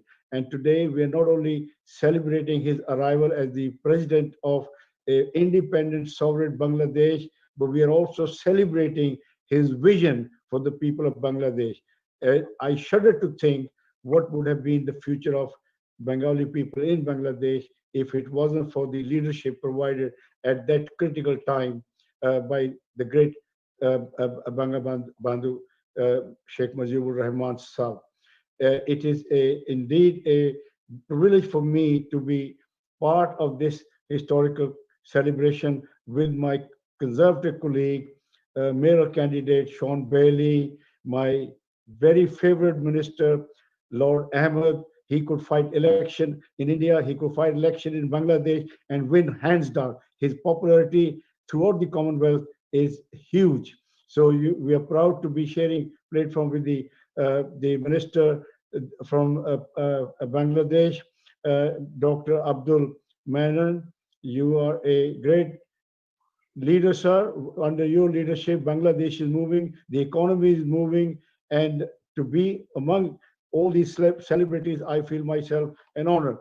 And I must also celebrate the vision of your founder father, who gave you a secular constitution where rule of law, according to the rule of law, everyone is equal regardless of race, religion, gender. We saw such beautiful dancers, such beautiful culture from your country, which really inspired me no end. So that just shows how important it is to treat people as equal. No countries can move forward while systematically discriminating against a section of their own population. In United Kingdom, we have laws against discrimination of any kind. So I pay salute to your founders who gave you a constitution which matches with that of the progressive and modern countries. And they, on top of that, as you mentioned, Your Excellency, my brother was embedded with Mukti Bani, and he used to tell me the spirit of Mukti Bani, we should pay tribute to those soldiers, those freedom fighters. The spirit was so much, they were ready to fight with bare hands. Would you believe that that was the commitment they had for their country, that you could not stop them. And they were queuing to join, because my brother was to train them in the warfare, whatever, how to fire a rifle or whatever. But they were queuing to join the freedom movement. So we are here today paying tribute to the founding father, whose legacy will remain forever. He was a global icon, and we are very proud that it was the conservative government which received the first sovereign president of Bangladesh. And it was the Prime Minister Edward Heath who wrote to Nixon asking him to recognize Bangladesh. As you know, the relationship was slightly tricky at that time. And we now have a Brexit. We are very delighted. Prime Minister Boris Johnson is looking forward to building relationship with the Commonwealth countries. And you can imagine our historical link with Commonwealth countries are so strong that we not only fought in two great wars together for the world freedom, but the people of Commonwealth came to rebuild Great Britain after two great wars, devastated wars. So therefore, the contribution of Commonwealth citizens in rebuilding Britain is as great as anyone else. So therefore, our relationship with Bangladesh, your economy is doing very well. You are a role model community in this country. And incidentally, I won't be exaggerating if I say the Bangladeshis have colonized Great Britain through the chain of curry restaurants. So we are now under the spell of Bangladeshi people, because we are, sometimes I threaten the government that if the Bangladeshi go on strike, you will have no curry. So be careful. The power, your soft power is such a delight, and your people are so peace-loving. They have become a force for good. And I salute your leadership, how you reach out to connect with people for the sake of your country. You have made Bangladesh a very strong, a very dear country in the heart of so many, because the countries are known by the leadership. And your leadership under Sheikh Hasina is such a amazing leadership. She's trying to carry the legacy of her illustrious father, and so that people of Bangladesh can benefit. And I think you are benefit. Your economy is surging ahead. You will be a force. And I'm delighted as an Indian that we share quite a few things together. Number one, we share the person who wrote our independent national anthem, Rabindranath Tagore. He wrote the national anthem of Bangladesh. He wrote the national anthem for India. So there you are. We have someone who loved these two countries equally. And I'm also immensely proud that my country, India, played a vital role in the liberation of the great people of Bangladesh. And today we are celebrating that historic victory, freedom of the people of Bangladesh. I think the future is bright for Bangladesh, and the government in United Kingdom recognizes that Bangladesh is a very important member of the Commonwealth, and we have to forge a link, we have to move forward. And I promise you that the Conservative Friends of Bangladesh, I will be joining them, and I will be supporting them to get few people in the parliament, then they can make the democracy even more vibrant and stronger. So I don't want to take time, because I know you have a list of so many important people ready to speak. But I thank you once again. I thank the Honorable Minister who has spent so much time listening to us. You know, we know how important Dr. Abdul Maman is, but your presence here has delighted us, sir. I hope one day you will visit us, and we will host you in the House of Lords. So on that note, and I think the future is bright for Bangladesh. Future is bright between United Kingdom and Bangladesh friendship. And so under the leadership of Tariq Ahmed, you can't go wrong. So God bless Bangladesh. Thank you, Lord Ranger. Thank you so much for all your kind words and the sentiments that you express, especially Bangladesh and India's national anthems being written by Tagore. Definitely there's a strong linkages between Bangladesh, India, and United Kingdom. And this is where the multiculturalism comes in. I thought that, before giving floor to the next speaker, I wanted to read out a portion from Sir Edward Heath's letter to President Nixon. When Sheikh Mujib came to see me at number 10, I explained to him that our policy was to try to get good relations between the three countries of the Indian subcontinent, India, Pakistan, and Bangladesh. We would do our utmost to help Bangladesh in the present situation. And this was when he wrote to US President to recognize Bangladesh as early. So he brought in this argument that how important it is to recognize all the countries in South Asia. Thank you very much for your participation and your kind words. Our Honorable State Minister, Lord Ahmed, has been waiting. We do have 4 more speakers before the ministers, but he has to leave. And before him, I would just like to give the floor to Ms. Sherry Blair, QC. Ms. Sherry Blair has been another friend of Bangladesh and done quite a bit of research on Bangabandhu, and as well, she was the Chancellor of the Asian Women's University in Bangladesh. And of course, she has another very, she's in her own right, everyone knows Sherry Blair, for her many human rights, famous cases, but also that she's Mrs. Blair.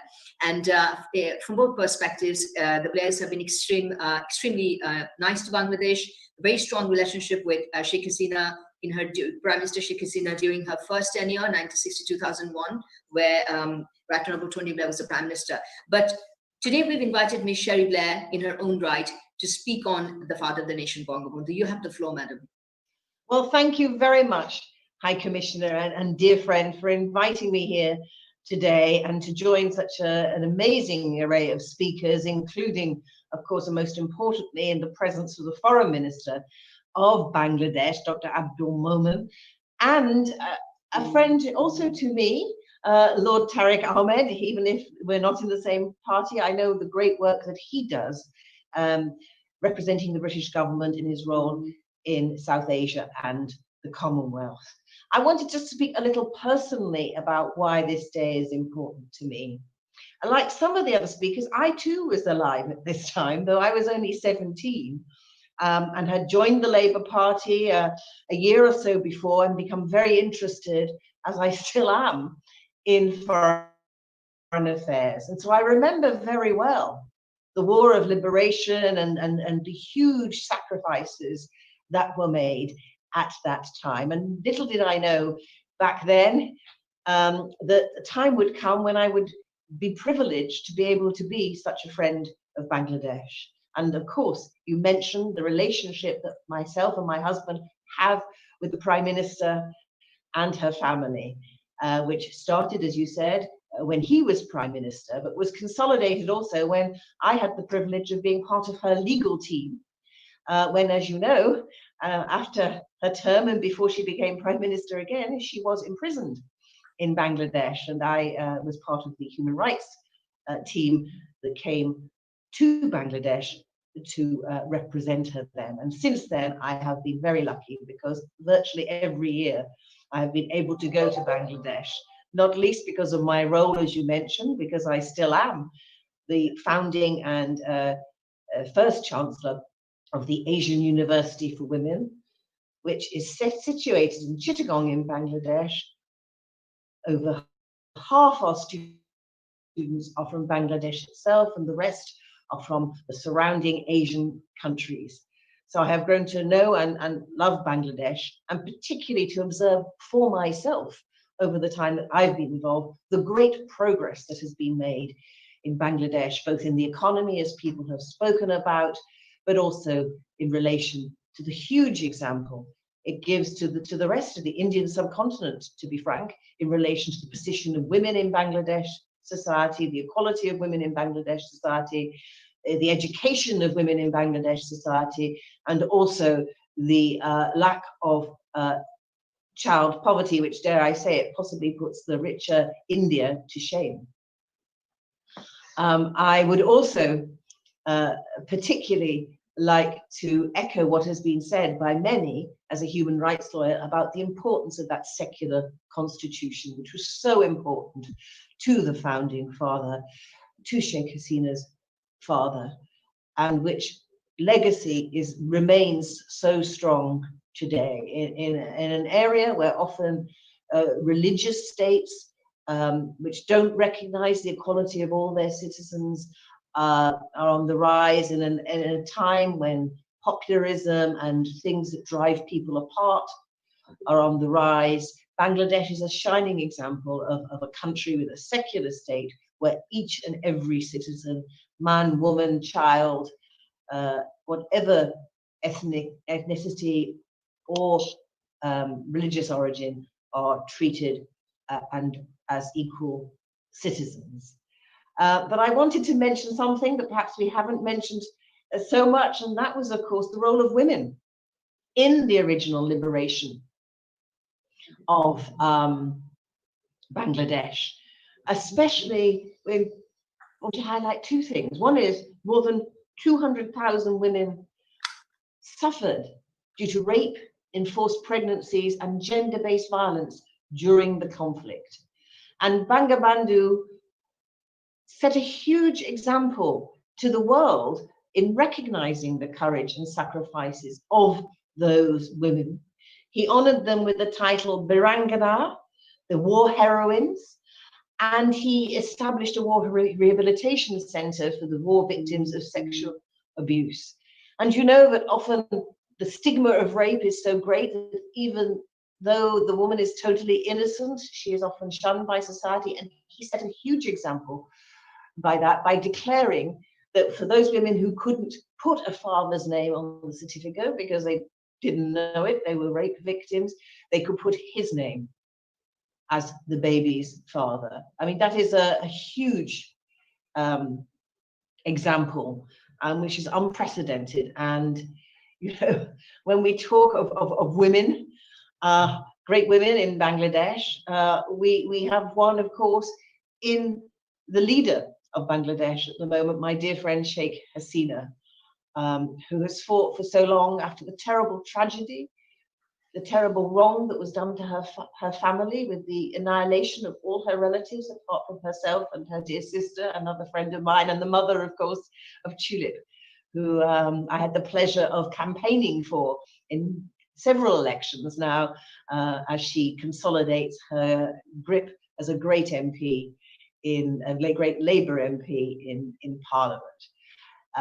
You know, from the beginning, gender equality has been very much at the heart of the state of Bangladesh. And we've seen so many examples. You yourself, High Commissioner, are a great example of that. And I also remember my friend Diplo Moni, of course, who was Foreign Minister and herself serves on the board of the Asian University for Women. So it's by no coincidence that Bangladesh ranks in the top 10 of the World Economic Forum Global Gender Gap Report. And I have to say, that's better than the UK. And of course, that's probably one of the reasons why the economy of Bangladesh is doing so well, with, as we've already heard, one of the highest growth rates in Asia.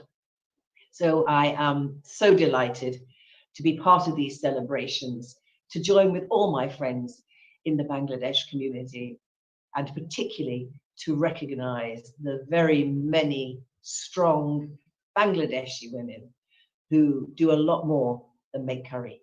Thank you. Thank you, Mrs. Blair. You know, thank you for your kind words, particularly for mentioning our father of the nation, Bangabandhu's humanitarianism. You know, he gave his name to all the rape babies or the war babies in 1971. He said that, you know, he created the rehabilitation center for the Biranganas. He gave them the honor of being war heroes. And he said that all their children can write the name of Sheikh Mujibur Rahman as their father. So I'm amazed you remember that. And thank you for all your kind words. And I hope you continue to work with Bangladesh on the women empowerment issue and at the Asian Women's University, which we take great pride in Chittagong. Looking forward to working with you. Thank you for your compliments to our community, the strong women in our British Bangladeshi community. And I know that, you know, we receive them every day in the High Commission for Consular Services, and they're quite an enterprising branch, but, you know, they are largely large number is in the social caregiver category. So they're actually the soldiers which are fighting right now for people's rights at the risk of their own lives. So absolutely my salute to them as well. Before I give floor to Lord Ahmed, I've been requested, there's one member of parliament, and she's the last one, Ms. Seema Malhotra MP from Feltham. She's been a great friend of Bangladesh. I often meet her. She organizes, twice she's organized our very famous singer, Runa Laila, to come and receive awards at the House of Commons. And we're very pleased that, you know, she has made a request herself to speak on this occasion. And Seema, we're very pleased that you've joined us. You have the floor. Of course, you have to keep it brief because Lord Ahmed is in the queue for speaking. Thank you, Seema. Thank you, Your Excellency. And it's such a pleasure to join you on this very historic occasion today, and to just be here with all of you and with such distinguished speakers. Delighted to be able to follow Cherie, but also my good friends, Lord Rami Ranger, Karen Villamoria, so many others who are here today. I know Keir Starmer has also been on, and many others, Murad Qureshi, who's here, but also so proud of my constituents, one of whom I can also see, Abdul Razak. I think what this whole event has shown is the great kind of pride and love with which the Bangladeshi nation is held in all of our hearts, and how everybody has got a personal story and connection, whether that is through the connection with the Bangladeshi community in the UK, or the ways in which our nations have been connected through the past and into now the future. I'm also very proud of the work done by the Labour Friends of Bangladesh that has, even before I was an MP, introduced me and connected me in different ways with the High Commission, and the important work that goes on to build those connections between our politics and between our nations.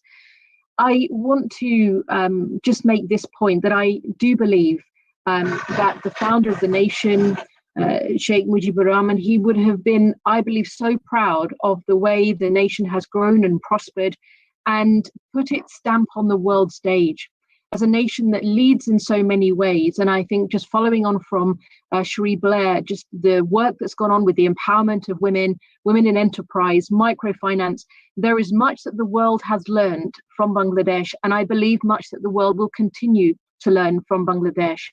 The priorities, the values, the vision of the founding father that has found its way through great times of difficulty to be coming to life, to be growing and prospering, to be spreading his story, as I know you want to continue to do, through the legacy of his vision, and also now the efforts of a whole nation as it takes its place so rightly on the world stage.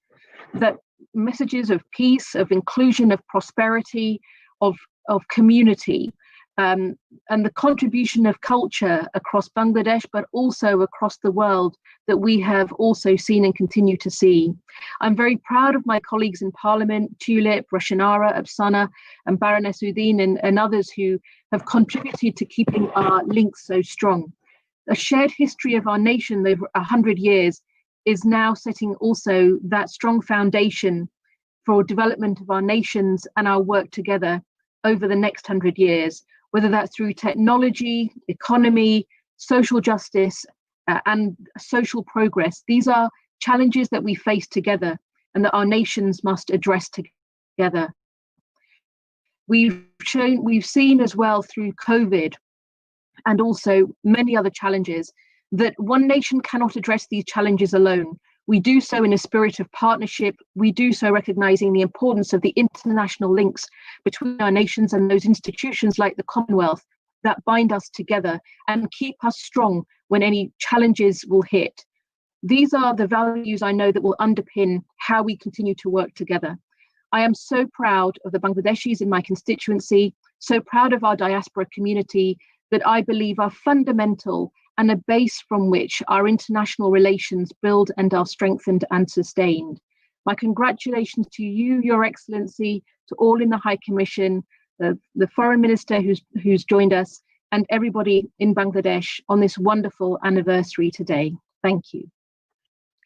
Thank you very much, Ultra, for your so kind words and such futuristic, directions as to what will be the values that Bangladesh and UP will base its relations on. It has to be inclusion, it has to be democracy, it has to be, secular values, inclusive values, progressive values, and women empowerment, climate change. These are the topics of the future. So the future of Bangladesh and the future of UK are definitely, there's a shared bond and shared future. So absolutely looking forward to working with you on that. And thank you for your kind words on British Bangladeshi community, and for the other MPs, particularly Sheikh Siddiqui and Rushnara, you mentioned about your colleagues. Bangladesh is, in fact, World Economic Forum's top, when it comes to political empowerment, it's within the top 10 always in the gender gap report of the World Economic Forum. So something that we have worked very hard under the leadership of Honorable Prime Minister to get there. And she has, I think, the greatest contribution behind that.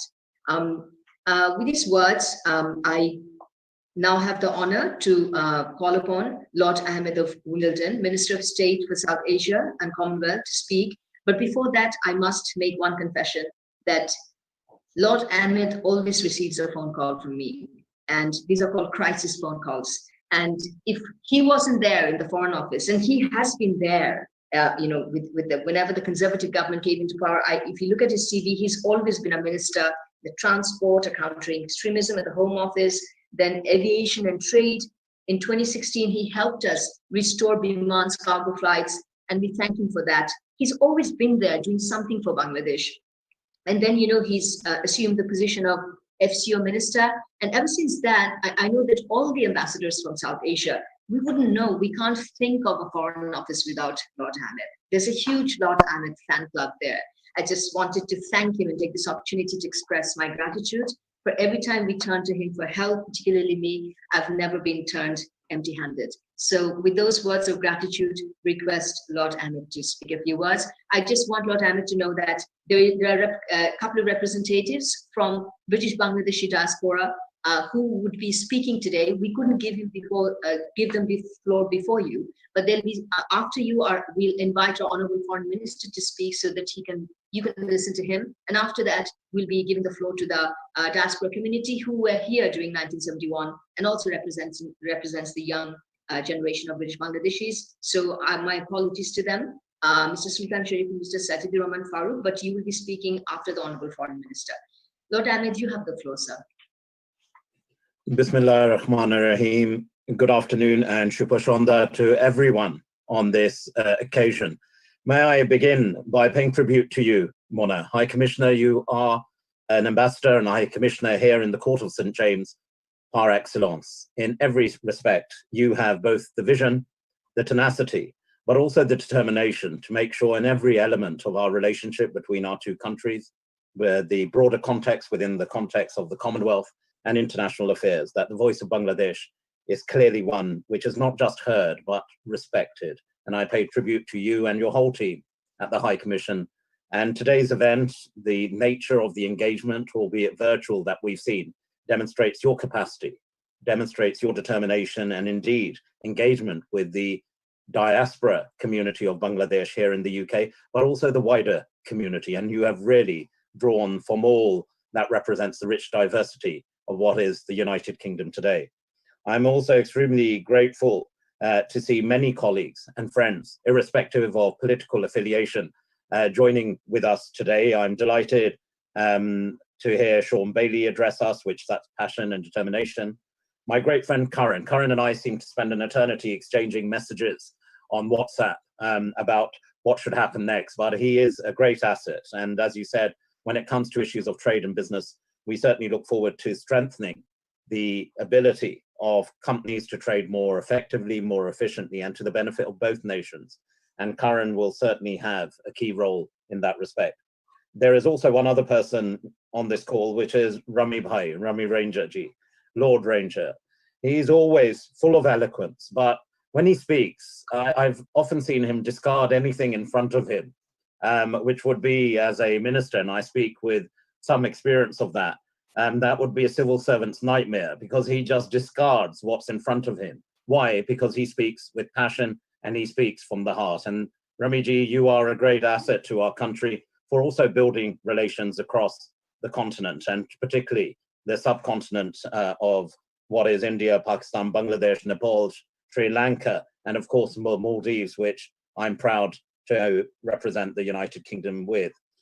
I would just add one other note, High Commissioner. As you introduced me, you said Seema and Sherry were in front of me. I can assure you, politics aside, having two notable personalities such as Sherry Blair and Seema Malhotra in front of me, I know both their devotion and dedication, not just to Bangladesh, but many causes. And it's a real pleasure to have heard them speak as well. And with that, if I may, I just wanted to extend on behalf of our Prime Minister, Boris Johnson, our best wishes, and it's great to see my good friend, Foreign Minister Momin, joining us today. The best wishes of the Prime Minister, Foreign Secretary, Dominic Raab, and indeed the whole of Her Majesty's government on this incredible occasion that brings us together. And congratulating the people of Bangladesh, but also the British Bangladeshi community here in the United Kingdom on the birth centenary of Bangabandhu, Sheikh Mujibur Rahman, the first leader of an independent Bangladesh. An inspiration not just to the Bengali community across the world, but to many who fight for liberty and democracy. And they often say, if I may just reflect on a personal moment, I'm greatly honored to have a close relationship with your Prime Minister, High Commissioner. And I know on the last occasion when we met, she presented me with a book of one volume of the history of this incredible personality who we are celebrating today. And I looked as I was joining today, and it's just on my shelf here, and it says volume 1, 1948 to 1950. It just demonstrates how much there is about the individual to recognize and his commitment and passion. And they often say, there is a phrase which is common across the subcontinent, but it's common here to us in the United Kingdom, that a tree is often judged by the fruits it bears. And in your current leader, Her Excellency, the Honourable Prime Minister Sheikh Hasina, we really have a true testament to that tree and the fruit that it has borne in the current Prime Minister who leads the great nation of Bangladesh. But if we go back in history, and we've heard various people reminiscing about whether they were born or not before the historic War of Independence, and indeed the arrival of Sheikh Mujibur Rahman here in the United Kingdom, I can confess I was a mere toddler, so I can't confess to knowing of his arrival at that time. But when you read back in that history, it was in 1972 when Sheikh Mujibur Rahman was released by Pakistan at the end of the War of Liberation. He was asked where he would like to go, and he decided that the United Kingdom would be his first destination. And 49 years ago today, Sheikh Mujibur Rahman arrived in London and met the then Prime Minister, as we've already heard, Prime Minister Edward Heath, who had cut short his holiday to welcome Bangabandhu into Downing Street. A few days later, Sheikh Mujibur Rahman returned back to Bangladesh, and he returned. You mentioned, High Commissioner, about the role I played in restoring Bangladesh Biman flights, but it's perhaps also reflective and poignant that when Sheikh Mujibur Rahman returned to Bangladesh, he returned on a British Royal Air Force plane. And at that time of Sheikh Mujib's visit, Prime Minister Heath remarked that the UK, and I quote, would do our utmost to help Bangladesh in the present situation, end quote. And within a few weeks, the United Kingdom was amongst the first of the world's nations to recognize an independent Bangladesh as a proud and independent nation. This visit laid the foundation of what we witness today, of a strong UK-Bangladesh partnership and a deep friendship between our peoples that has now continued for 5 decades.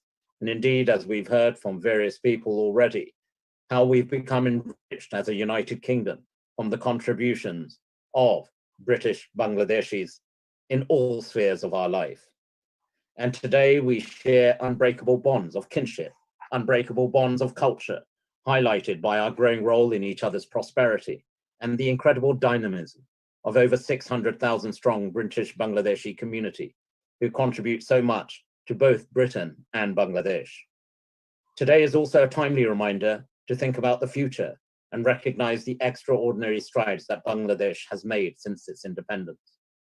These achievements have been remarkable, from bringing more than 50 million people out of extreme poverty since 1990, to increasing life expectancy and reducing infant mortality, to boosting the economy to one of the fastest growing across the world. And the United Kingdom is therefore extremely proud to have stood alongside Bangladesh as a friend, as a partner in supporting many of these remarkable developments, and we will continue to do so. The ties between our two countries have become close and robust and strong. The UK has been a critical partner of Bangladesh seeking to support peace and prosperity for all her people. Sheikh Mujib's founding vision of a democratic, free, secular, and inclusive Bangladesh was an inspiring one, and it lives today. Often countries do aspire to having these values at their heart as they emerge as democratic nations. Sadly, that often does not remain the case. But that vision continues to guide the Bangladesh of 2021. And during the 50th anniversary of celebrations in 2021, and I'm sure many of us look forward to being part of those, it will continue to be an inspiration, not just to Bangladesh, but to many across the world. Let me also assure you of this, to all Bangladeshis listening, that Bangladesh will always be an important partner to the United Kingdom, and more importantly, a friend for the United Kingdom. And as we enter 2021, as we all, with our personal reflections of what has just passed us in 2020, the continuing challenges that we face on ensuring a greener recovery from the COVID-19 pandemic, tackling climate change, achieving sustainable shared prosperity, and working together on global challenges, we all need to keep in mind that the person we are celebrating today had that kind of vision for the Bangladesh he wished to see. He had that kind of aspiration for the Bangladeshis that constituted this new nation. And there are many across the community of Bangladesh, the communities of the British Bangladesh community, who reflect that very vision today. I therefore wish the Mujibur Borsha celebrations a great success. And I end, if I may, I started with a quote of, and reflecting on a quote of trees, of the vision of a leader, a vision of someone who fought for independence, a person who endured great sacrifice, who we mark today, Sheikh Mujibur Rahman. And one of his quotes, which really stands out for me as I was reading, as I've done so over many years, about his own personal challenges, the personal barriers he had to face to overcome to create the state, the vision he sought, was an interview he gave in 1972 to Sir David Frost. And when he was asked, Mr. Mujib, what is your strongest quality? What is your greatest strength? And what is your greatest weakness? He responded in the following way. He said, my greatest strength is the love for my people. My greatest weakness is that I love them too much. Poignant words for anyone aspiring to represent people anywhere at any time.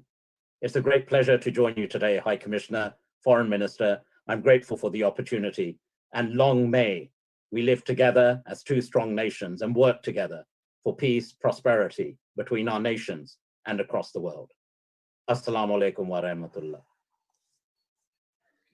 Walaikum assalam, and thank you so much, Honorable Lord Ahmed, Minister for South Asia at the Foreign Office, for so many kind words and the tremendous optimism and hope that you put into our bilateral relations in the future, and all the tributes that you've paid to our father of the nation.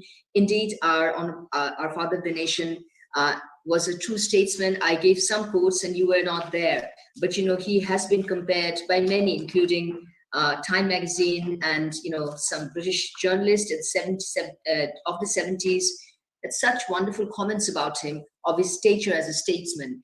And we always say that he was a humanist, but more importantly, he always thought that loving his people was the greatest strength of his politics, that brought meaning to his politics. So there's also a quote like that in his biography, Unfinished Memoir.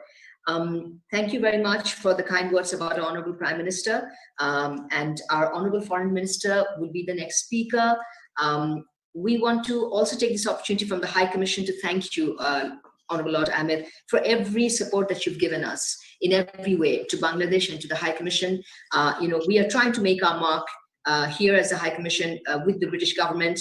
It's been, it's been 2 years, and for me here, and I'm really, really trying to, expand our cooperation into a multidimensional arena, where I see that many areas are working with you on that. But for that, I need the guidance, kind guidance of our Honorable Foreign Minister. Honorable Foreign Minister Dr. Abdul Momen, I personally feel that he's an academic at heart. He has been teaching all his life. He was chair of the Department of Economics in the United States, in Massachusetts, University of Farmhouse, and also he was teaching in Kentucky University, economics. He studied so many subjects that he's studied, and he's also been to Harvard as well as Boston and Massachusetts. But as I think the best thing, what we admire about him is he's a teacher. And I always feel that he's been my teacher. All the ambassadors learn from him every day. As an Honorable Foreign Minister, as he's joined, 4 areas I would particularly say that has inspired me most since he's assumed the office of Honorable Foreign Minister. Of course, he was a permanent representative for more than 7 years in New York, and he's a multilateral person. But at the same time, he has introduced, he's really, really emphasized on economic diplomacy as how to look into creating more numbers in trade and investment, remittance. The other one is public diplomacy, something that he's introduced, and he's changed the department from external publicity to communications, which is so important for the Foreign Office to understand. The other one was digital diplomacy. And the fourth that he has inculcated in all the ambassadors is the community diplomacy, how to treat the overseas expatriate community. So with these words, I would like to pay a tribute to my own Honorable Foreign Minister, that, you know, we could have you, sir, on 8th of January on such a monumental day when Father of the Nation, Bangabandhu, stepped into London. His footprints were here before his footprints went to Bangladesh as independent president of independent Bangladesh. So we are so blessed to have the Father of the Nation here in London 49 years ago, and we're very blessed to have you. And I know that, sir, you are a Bangabandhu devotee, to have you in our program today. And thank you for your patience. So you have the floor. Thank you, High Commissioner Saida Mona, for your lovely introduction and your tenacity to run it for almost 3 hours. So thank you, and also getting so many luminaries in this particular event. Assalamu alaikum.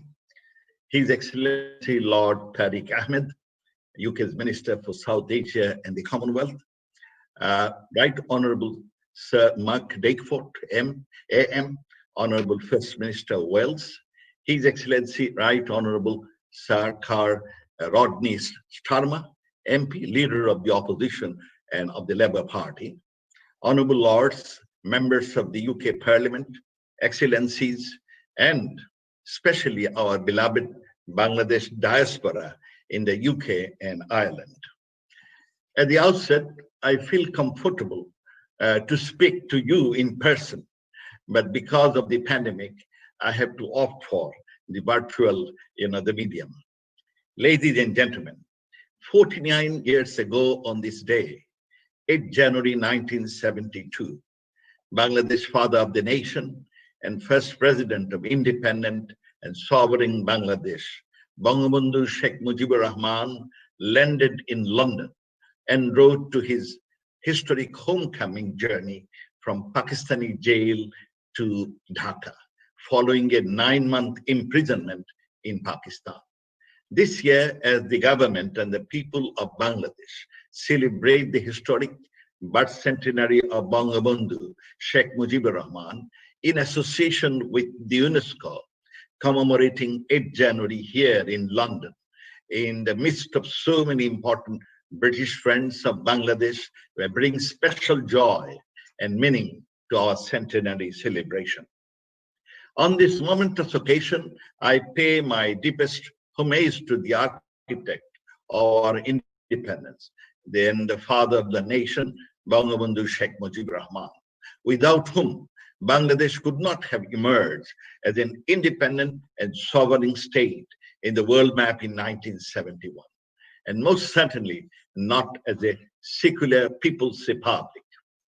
Ladies and gentlemen, this historic homecoming journey of the Bangabandhu from Pakistan, with his final destination on the sacred soil of independent Bangladesh on 10th January 1972, is a highly emotional occasion for Bengali nation, for Bangabandhu himself, and in our nation's history. When Bangabandhu was arrested by Pakistan military in the early hours of 26 March 1971, immediately after the military crackdown on unarmed people of Danish Pakistan that led to a genocide, and he declared the independence of Bangladesh and flown within hours to imprisonment in Pakistan. The Bengali nation should have been pain and uncertainty about the fate of their beloved leader, the friend of Bangladesh, Bangabandhu. But charged with the indomitable spirit of the Bangabandhu's historic 7th March speech of 1971 and its clarion call for independence, to honor people's choice and democracy, common people, farmers, students, political leaders, and day laborers, and rank and file all joined together, and with little training and basically with bare arms, but inspired by his speech, and became valiant freedom fighters. And within 9 months, liberated their occupied land on 16 December 1971, with the help of India, our neighbor, and supported by then USSR and UK, when 93,000 Pakistani armed forces surrendered to the joint forces of Bangladesh and India, Bangladesh got its victory on 16 December. Unfortunately, when news was out in the international media that Bangabandhu Sheikh Mujibur Rahman would be tried for treason by a desperate Pakistani junta in a summary military code to be sentenced to death by hanging, the provisional government of Bangladesh in exile launched a strong international campaign supported by British Bangladeshis and their friends, and they demanded unconditional and immediate release of Bangabandhu. Subsequently, in the face of mounting international diplomatic pressure, including from the Indian Prime Minister Srimati Indira Gandhi and British Prime Minister Edward Heath, the Pakistan government was compelled to release Bangabandhu, and on 8 January 1972, 49 years ago, he reached London. Then British government provided him a special flight to reach Dhaka on 10 January with a stopover in New Delhi.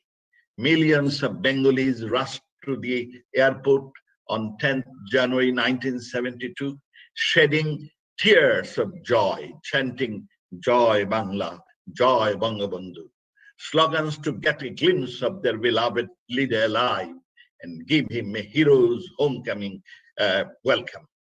Indeed, Bangabandhu also received a hero's welcome here in London on 8 January, much before he reached his beloved Bangladesh. An unqualified friendship from both the ruling conservative government of the day as well as the opposition Labour, and unconditional love from the Bengali British brethren here in UK. Dear friends, today, therefore, on behalf of the People's Republic of Bangladesh, on my own and on behalf of Prime Minister Sheikh Hasina of Bangladesh, I'm here to express our gratitude to those people who played even the slightest role in the historic homecoming of Bangabandhu and demonstrated the love and respect for this extraordinary statement and greatest Bengali of all time. I also express my gratitude to those people, especially of England, who stood by us for justice and created such a strong public awareness that the mighty military junta of Pakistan basically collapsed. I want to thank FCDO Minister Excellency Lord Tariq Ahmed of Wilmington for the rich tributes he just paid on behalf of the British government to Bangabandhu Sheikh Mujibur Rahman on his birth centenary.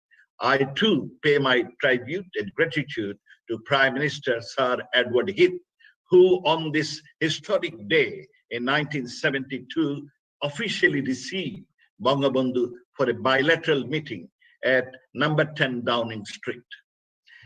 By this, Sir Edward accorded Bangabandhu de jure recognition of being Mr. President of his newly independent country, Bangladesh, and also an enduring friendship that would be manifest in Prime Minister his beyond protocol call on a post-surgery Bangabandhu at the Claridge in September 1972.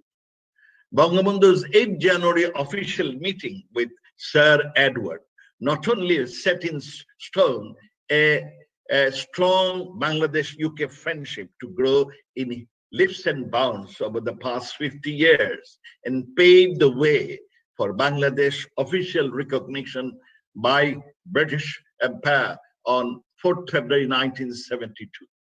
I also pay my respects to the then Foreign Secretary, Sir Alex Douglas Hume, whom I had the privilege to meet as a young man, who arranged full royal hospitality of an official visit of a head of state to President Sheikh Mujibur Rahman on 8 January and visited him in post-surgery at the London Clinic in August 1972. Excellencies, as I was listening to United Kingdom's leader of the opposition and the leader of the Labour Party, Right Honourable Sir Rodney Starmer. His tributes to Bangabandhu touch our hearts, while I thank Sir Kar for his sincere respects towards Bangabandhu. It also inspired me to pay rich tribute to UK's two-time Prime Minister and the then Labour leader of the opposition, Sir Harold Wilson, who too shared a special friendship with Bangabandhu. Sir Harold called on Bangabandhu at the Clarice Hotel during his 8th January visit and also during his August-September medical trip in 1972. Prime Minister Harold, on Bangabandhu's brutal assassination in 1975, said, and I quote, "This is surely a supreme national tragedy for you," I mean the Bengalis. "But for me, it is a personal tragedy of immense dimension," unquote. Dear friends, I must also convey Prime Minister Sheikh Hasina's government's heartfelt applaud and gratitude to the very patriotic and enterprising British Bangladeshi diaspora who never let Bangabandhu down or failed to demonstrate unconditional love and support to Bangabandhu's 23-year-long freedom struggle and mobilize the most powerful release Bangabandhu and recognize Bangladesh rallies at the Trafalgar Square during Bangladesh Liberation War in 1971. As proposed by our High Commissioner, our government will endeavor to establish soon a Bangabandhu Center in the United Kingdom, through which young British Bangladeshis can take inspiration from Bangabandhu's progressive values, his special relations with Britain. We have also set up nearly 69 Bangabandhu corners in our missions abroad. I would remiss if on this occasion I do not reaffirm our gratitude to Srimati Indira Gandhi and her government and the people of India and the long life of Indian politicians, including late President Sri Pranab Mukherjee and the brilliant British Indian community in UK, who played a crucial diplomatic role for the release of Bangabandhu and support our liberation war.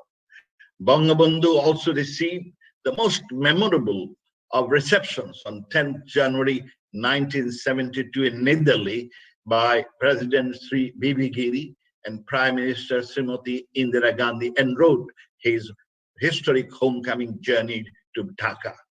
Before I conclude, I would like you to know that once Bangladesh was known as a bottomless basket with no hope of survival, but now, because of the dynamic leadership of Sheikh Hasina, our Prime Minister, the daughter of Bangabandhu, it is a vibrant economy, a land of opportunity. I also like to draw your attention to a heart-rendering quote from Prime Minister Boris Johnson's recent letter to Prime Minister Sheikh Hasina on the occasion of the birth centenary of Bangabandhu Sheikh Mujibur Rahman. And I quote, "Sheikh Mujibur Rahman's founding vision of a democratic, free, secular, and inclusive Bangladesh is inspiring, and I hope it will continue to guide Bangladesh during the 50th anniversary celebrations in 2021 and beyond." I unquote.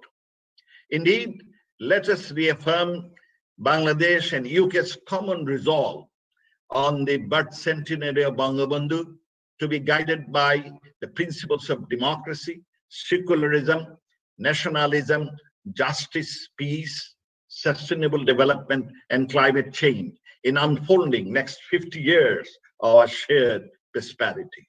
I thank you all. Joy Bangla, Joy Bangabandhu. May Bangladesh and UK friendship live forever. Thank you. Thank you so much, Honorable Foreign Minister, sir. For your wonderful speech. It was very inspiring, recalling everything that happened here on the 8th of January, and also the guidance that you gave in the future of our relationship. Sir, may I request you and Lord Tariq Ahmed to stay back for just 3 more minutes. First, we have reorganized our mini conference room into Bangabandhu Library. As you are aware, sir, that Father of the Nation, when he came here in 1972 and later on, he had instructed the government and the British Bangladeshi community to buy our permanent High Commission here. And this was the first permanent property of the Bangladesh government of Bangabandhu to have a High Commission as our own property. And under his directions, we had procured it, and we are still sitting in the same building. And definitely Honorable Prime Minister will expand it further. But today we have reorganized our mini conference room into a Bangabandhu library to dedicate it on 8th of January, paying a tribute and our respects and our homage to Father of the Nation's 8th January visit to London. And we would show a little video of that. So you can, we request you to, you and Honorable State Minister to jointly inaugurate it. So if you stay back with us. Shall we? Can you please play the video? Yes, of course. Thank you, sir. Thank you very much, Lord Tariq Ahmed, as well. And of course, we have Sultan Bhai waiting. He will speak after that.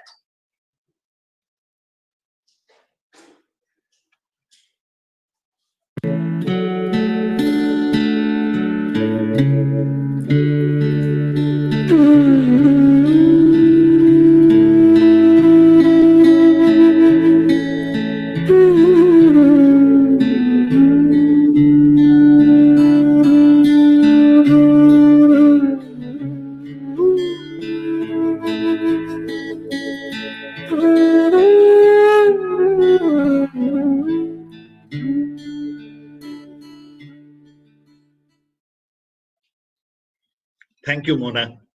Thank you. Thank you for inaugurating it. Sorry, it just has to be done virtually, but we have kept all the books on Bangabandhu by several writers. We had the London Book Fair here, Bangladesh Book Fair, and we collected all the good books on the Father of the Nation. I think I also sent you some of the books on Bangabandhu. You have contributed the most. You had brought in big crates of books on the Father of the Nation, and we have kept all of them there. We want the community to know that new generation British Bangladeshis, anybody who wants to do research on the Bangabandhu can come, and this particular room will be open to public at all times during the office hours. So anybody wants to come and research on Bangabandhu, learn about it, it'll be open. They can use it. We have a separate entrance for that. Thank you very much for that. We have the last speaker, and I request both of you, honorable ministers, to stay to listen to him, because he's the one of the senior most survivors and also living today, including his wife, who had contributed so much during the British Bangladeshi freedom movement in London. Mr. Sultan Sharif, senior member of the community, but he was member of the Student Action Committee. He was a student here in London during the 1971 war, and he is a Bangabandhu devotee, and he and his Irish wife raised money, sent Thomas William, and also later on, they moved to Bangabandhu in 72 to Bangladesh to work with Bangladesh. Until his assassination in Bangladesh and bring back.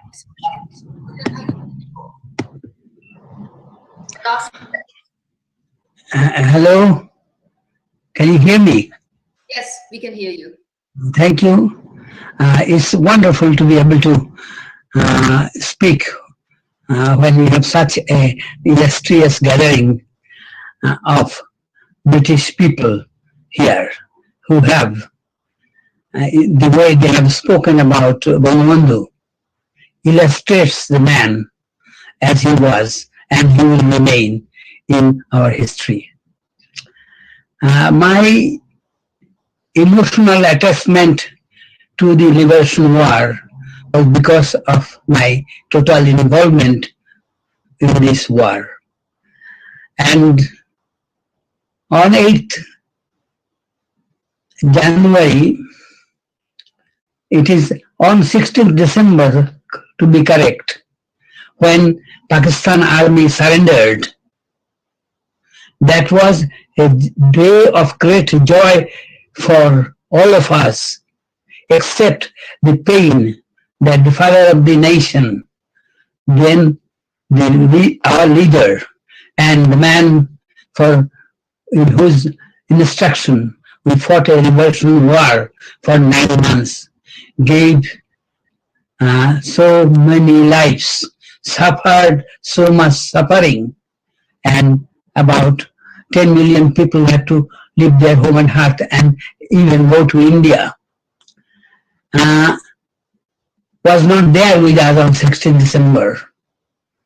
And everything that was there, but nothing was fulfilled, because we knew the Americans are on one side, China is with them, and Bangladesh, the land we have acquired, but we have to get world support to build that into a habitable place, which was made a hell for 9 months by the Pakistani rulers and their army.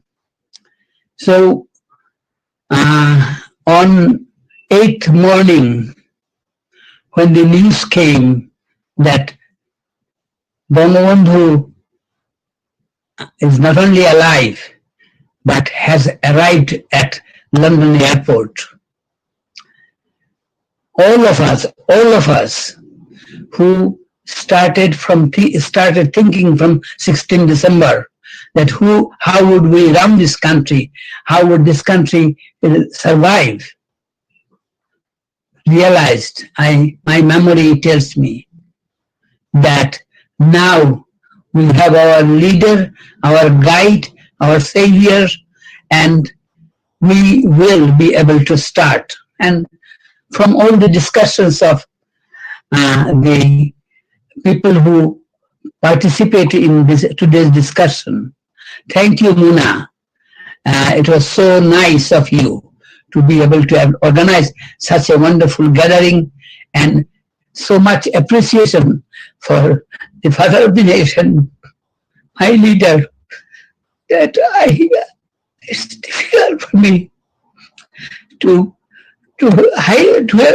appreciate more than humanly possible the way they have always spoken about Bangabandhu and his stature, his contribution, his love, and the way he has saved my entire people.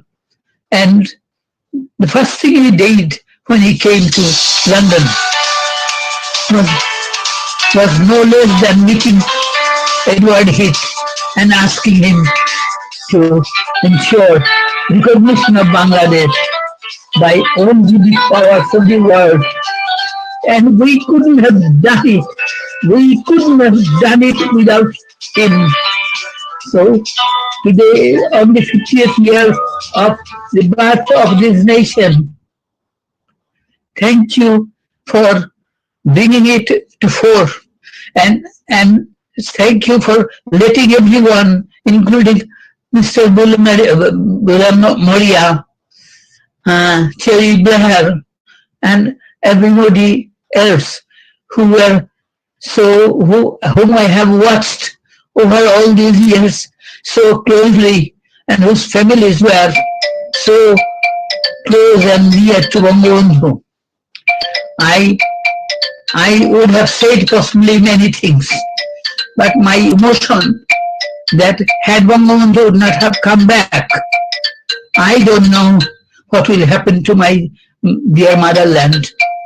And I thank you for raising this in everybody's mind and arranging this discussion where we all were able to go back to 49 years ago and realize how much we loved Bangabandhu, how much my country needed Bangabandhu.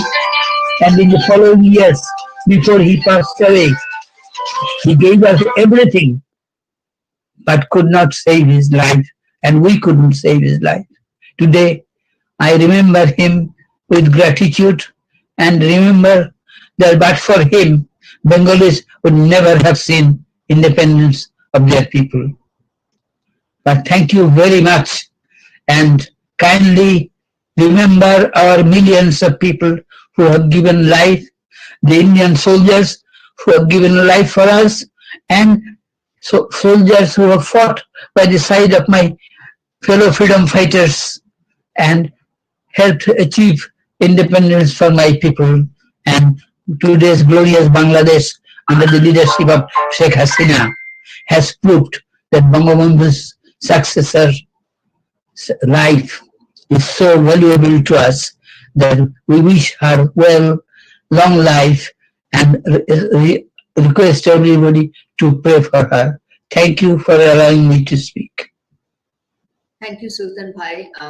I saw that you became emotional because, you had followed Bangabandhu everywhere. Also, I'd like to pay a tribute to your late wife, Barrister Noura Sharif, who's of Irish origin, but she's more Bengali than Irish, and she has contributed so much in communications during 1970-69 and sending her friend, Sir Thomas William QC, for Bangabandhu's defense in the Agartala case. Thank you very much for your kind words. We have requested Honorable Foreign Minister permission that, we want to set up a Bangabandhu Center, and we hope that we can carry forward the legacy of Bangabandhu here in the UK. We absolutely look forward to that. And we need support from the community and from people like you who are Bangabandhu devotees and will continue to work to highlight Bangabandhu here. I think somebody today said that had Bangabandhu been alive today, he would have been extremely proud of his country, of his daughter, and also the community, expatriate communities all over the world, but particularly his British Bengali community, who has always been with him. We have come to the end of the program. We had one speaker who did not speak earlier, the Indian High Commissioner in London, and Ambassador Gayatri Isar Kumar. I don't know if she's ready to join. She wanted to join earlier, but she had a webinar. But can I request my colleagues? Is she ready to join? 1 minute. She'll be joining in 1 minute. I'd request whoever can to stay back. She wants to say something on this special occasion. As we know that, like I said, Prime Minister Edward Heath's comments, as how important it is, the friendship between our South Asian nations, and India in particular. Our Honorable Foreign Minister has mentioned in his speech that he has also thanked India alongside United Kingdom of the role and the, we have two speakers today, Lord Remy Ranger, Lord Billy Moria, whose close relatives had fought besides our valiant freedom fighters during the 1971 war, and Indian blood had been shed on Bangladesh soil. So we pay tribute to Indian soldiers and all the Indian army men who had supported Bangladesh during our war of liberation. I don't know if Gayatri, you've joined us. Ambassador Gayatri ji, have you joined us? If you have, I would give you the floor.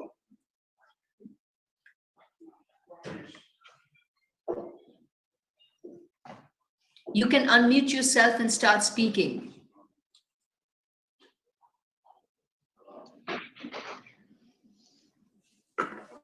Good afternoon, ma'am. This is Vishaka here. Just 2 seconds, ma'am. She got a call in between. No problem, no problem. Sorry for that. Sure.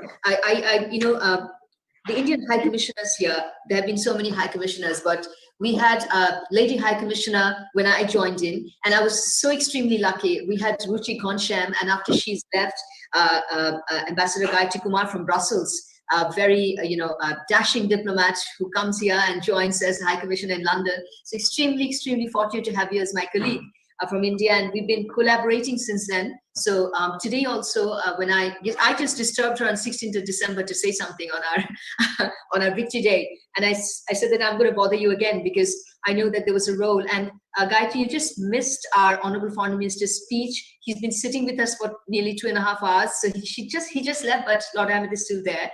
And he thanked India and Srimati Indira Gandhi's role during Bangabandhu's imprisonment and the fact that she was brought to London and she had a diplomatic role to play. I give you the floor. Thank you very much. Thank you very much indeed. And I can see on the screen Lord Suri. Delighted to meet you, sir. And thank you, Excellency. Thank you so much for your understanding. I happened to have been hosting a meeting at 1 o'clock, and these were people who were not going to be in London for long. So that's why when the link didn't happen in the earlier part because of the technical issue, then I had to sort of wait my turn. So I just is the event over or is it still? Yeah, you're the last speaker. We have Lord Remy Ranger and many other people who are listening to you. So there's a large number of participants listening to you. Well, that's very kind of everyone. So my apologies to all the distinguished participants. I just I think it's important for me to convey my warm wishes on this occasion and thank High Commissioner Madam Saida Muna for this privilege. This is an important celebration for India and for Bangladesh, because Bangabandhu Sheikh Mujibur Rahman's visit to London and his historic journey back to Dhaka as the president of a new and victorious nation was indeed a very, very landmark and historic and a momentous occasion. And as High Commissioner mentioned, in New Delhi, he was received by our then Prime Minister, Madam Indira Gandhi, and an ecstatic Indian population. And so I also understand, and we, our history books tell us that, in his speech delivered on the 10th of January 1972, Sheikh Mujibur Rahman had actually acknowledged India's role and support, and he on that day cast the foundations of our close friendship in stone. And today, as a result of all our friendship over the years, we are celebrating this 50 years of Bangladesh's liberation also, and of course Mujibur show. And India remembers Bangabandhu Sheikh Mujibur Rahman as one of the greatest personalities of the last century. His life, his sacrifices for the freedom of his people, and his vision, which are inspirational for many even today. And his personality and leadership continue to motivate the people of Bangladesh to realize his dream of Sonar Bangla. So India is proud to participate in the joint celebrations, including in the unveiling of a stamp on Sheikh Mujibur Rahman and the digital exhibition on Bangabandhu Sheikh Mujibur Rahman and Mahatma Gandhi, who is the father of our nation. That was launched in December by our two prime ministers. So as Lord Rami Ranger, who I don't see on my screen, but he would agree that India is a proud neighbor and partner of Bangladesh in almost every sphere of its developmental and economic activity. And since India recognized Bangladesh on the 6th of December 1971, we've worked together to pursue the common aspirations of our people as neighbors and friends that share a common culture, heritage, and civilizational ties. And today, when Bangladesh stands proud of its achievements over the last 50 years, India revels in that happiness and in that sense of achievement as well. It's gone. What to do?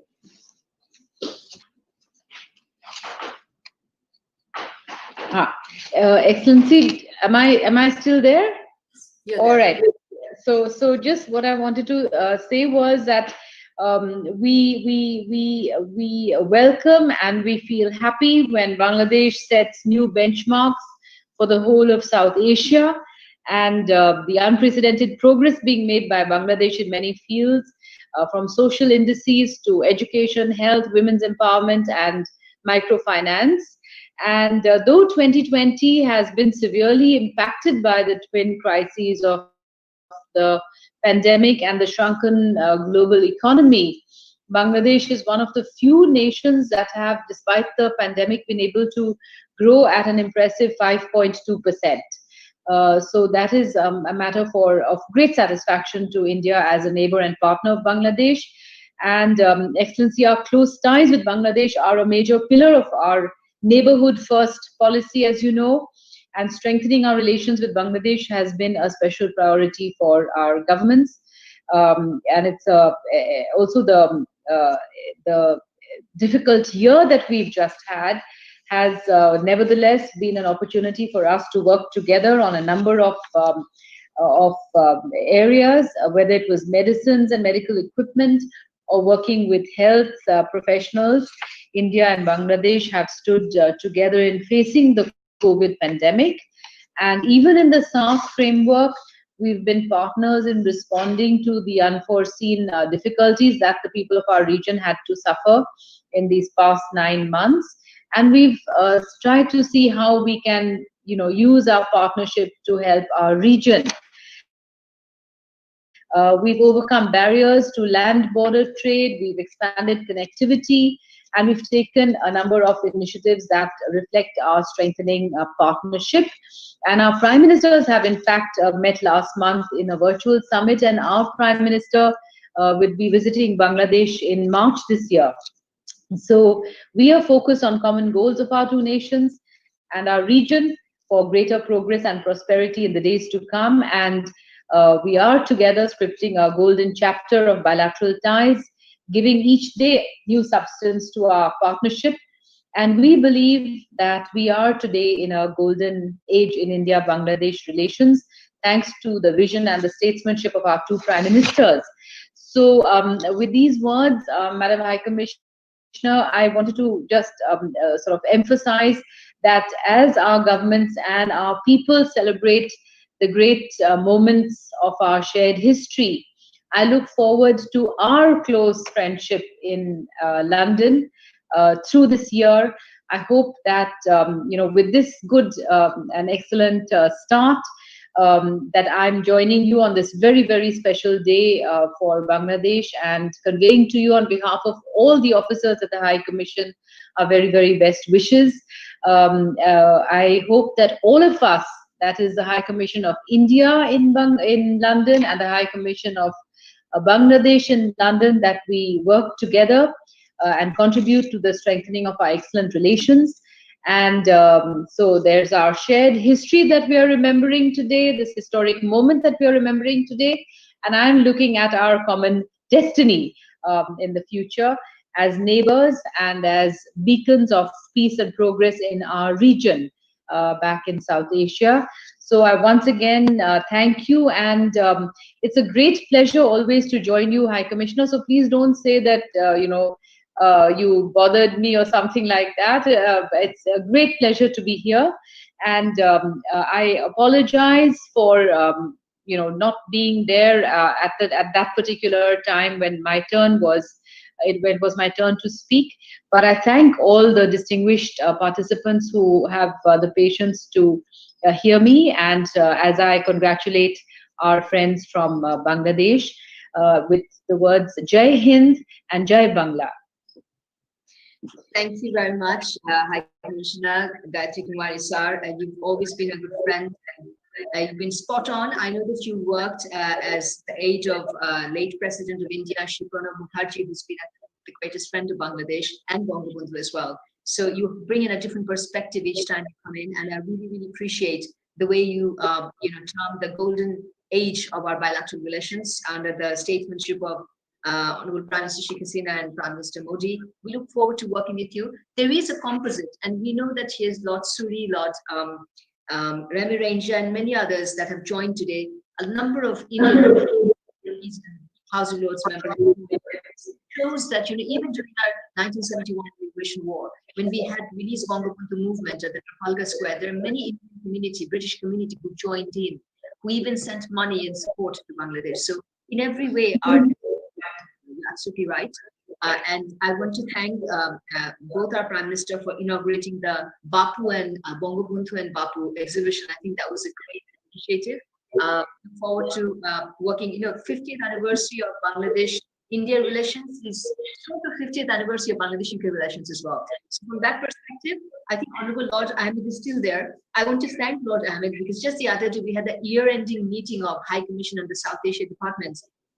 Ever since I came here, the first thing I was told that, Bangladesh is with Pakistan and Afghanistan. And I keep on saying, you still consider us East Pakistan. We don't belong to that region. Remember there's India between Pakistan and Bangladesh. You forgot it in 1947, but don't forget it now. So I was given the good news that we have been moved to Bangladesh and India desk. So it's a great thing that, finally we got our geography correct. So it's a pleasure having you. I will end the meeting right here. I know that you had a busy schedule, but you joined us. I want to particularly thank everyone who's participated today, our British Bangladeshi community who's been very patient and always supported us, the High Commission. So I look forward to celebrating 50th anniversary of Bangladesh's independence, Golden Jubilee, our bilateral relations 50th anniversary with UK, and also a bit of joint celebration with India of these very significant years. I would end by thanking our Honorable Minister Lord Ahmed for staying with us, for giving us inspiration in organizing this event. From the High Commission, I thank all my colleagues who supported this event and everyone who participated. We stepped on time, but we had a list of 12 speakers, but there were 6 more speakers who volunteered to speak. So we had a list of 20 speakers at the end, or 80 speakers. And we couldn't say no to them. I really express my gratitude for the Bangabandhu has received today. I think that's the greatest achievement, that our father, the nation, was set on stage.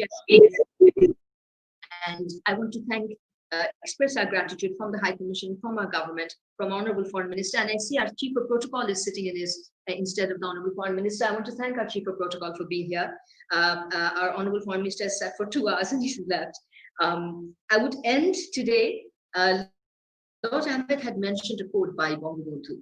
There's another quote that's on his biography, and that defines Bangabandhu, the South Asian, the Gandhian man that we always say, man of peace. And he says, as a man, what concerns mankind concerns me. As a Bengali, I'm deeply involved in all that concerns Bengalis. This abiding involvement is born of and nourished by love, enduring love, which gives meaning to my politics and my very being. This is in unfinished memoir, 3 May 1973. I think Bangabandhu has defined himself and his belief, his politics and his life is driven by his love for people. So I think that's the kind of humanity that we want our next generation to grow as. And we look forward to having a Bangabandhu Center in the UK. We look forward to support from the UK FCO in that regard. We're looking forward to the commemorative stamp that we requested to the FCO to celebrate both these years, Bangabandhu's 100th centenary and our Bangladesh UK 50. So we're looking forward to that, working with Lord Ahmed and his office. I want to thank everyone at the South Asia Department at the UK studio for supporting us with this program. And with these words, I want to say that long live Bangladesh UK friendship, long live Bangladesh India friendship. With these words, I will sign off. Goodbye from Bangladesh High Commission, London. Thank you, everyone, once again.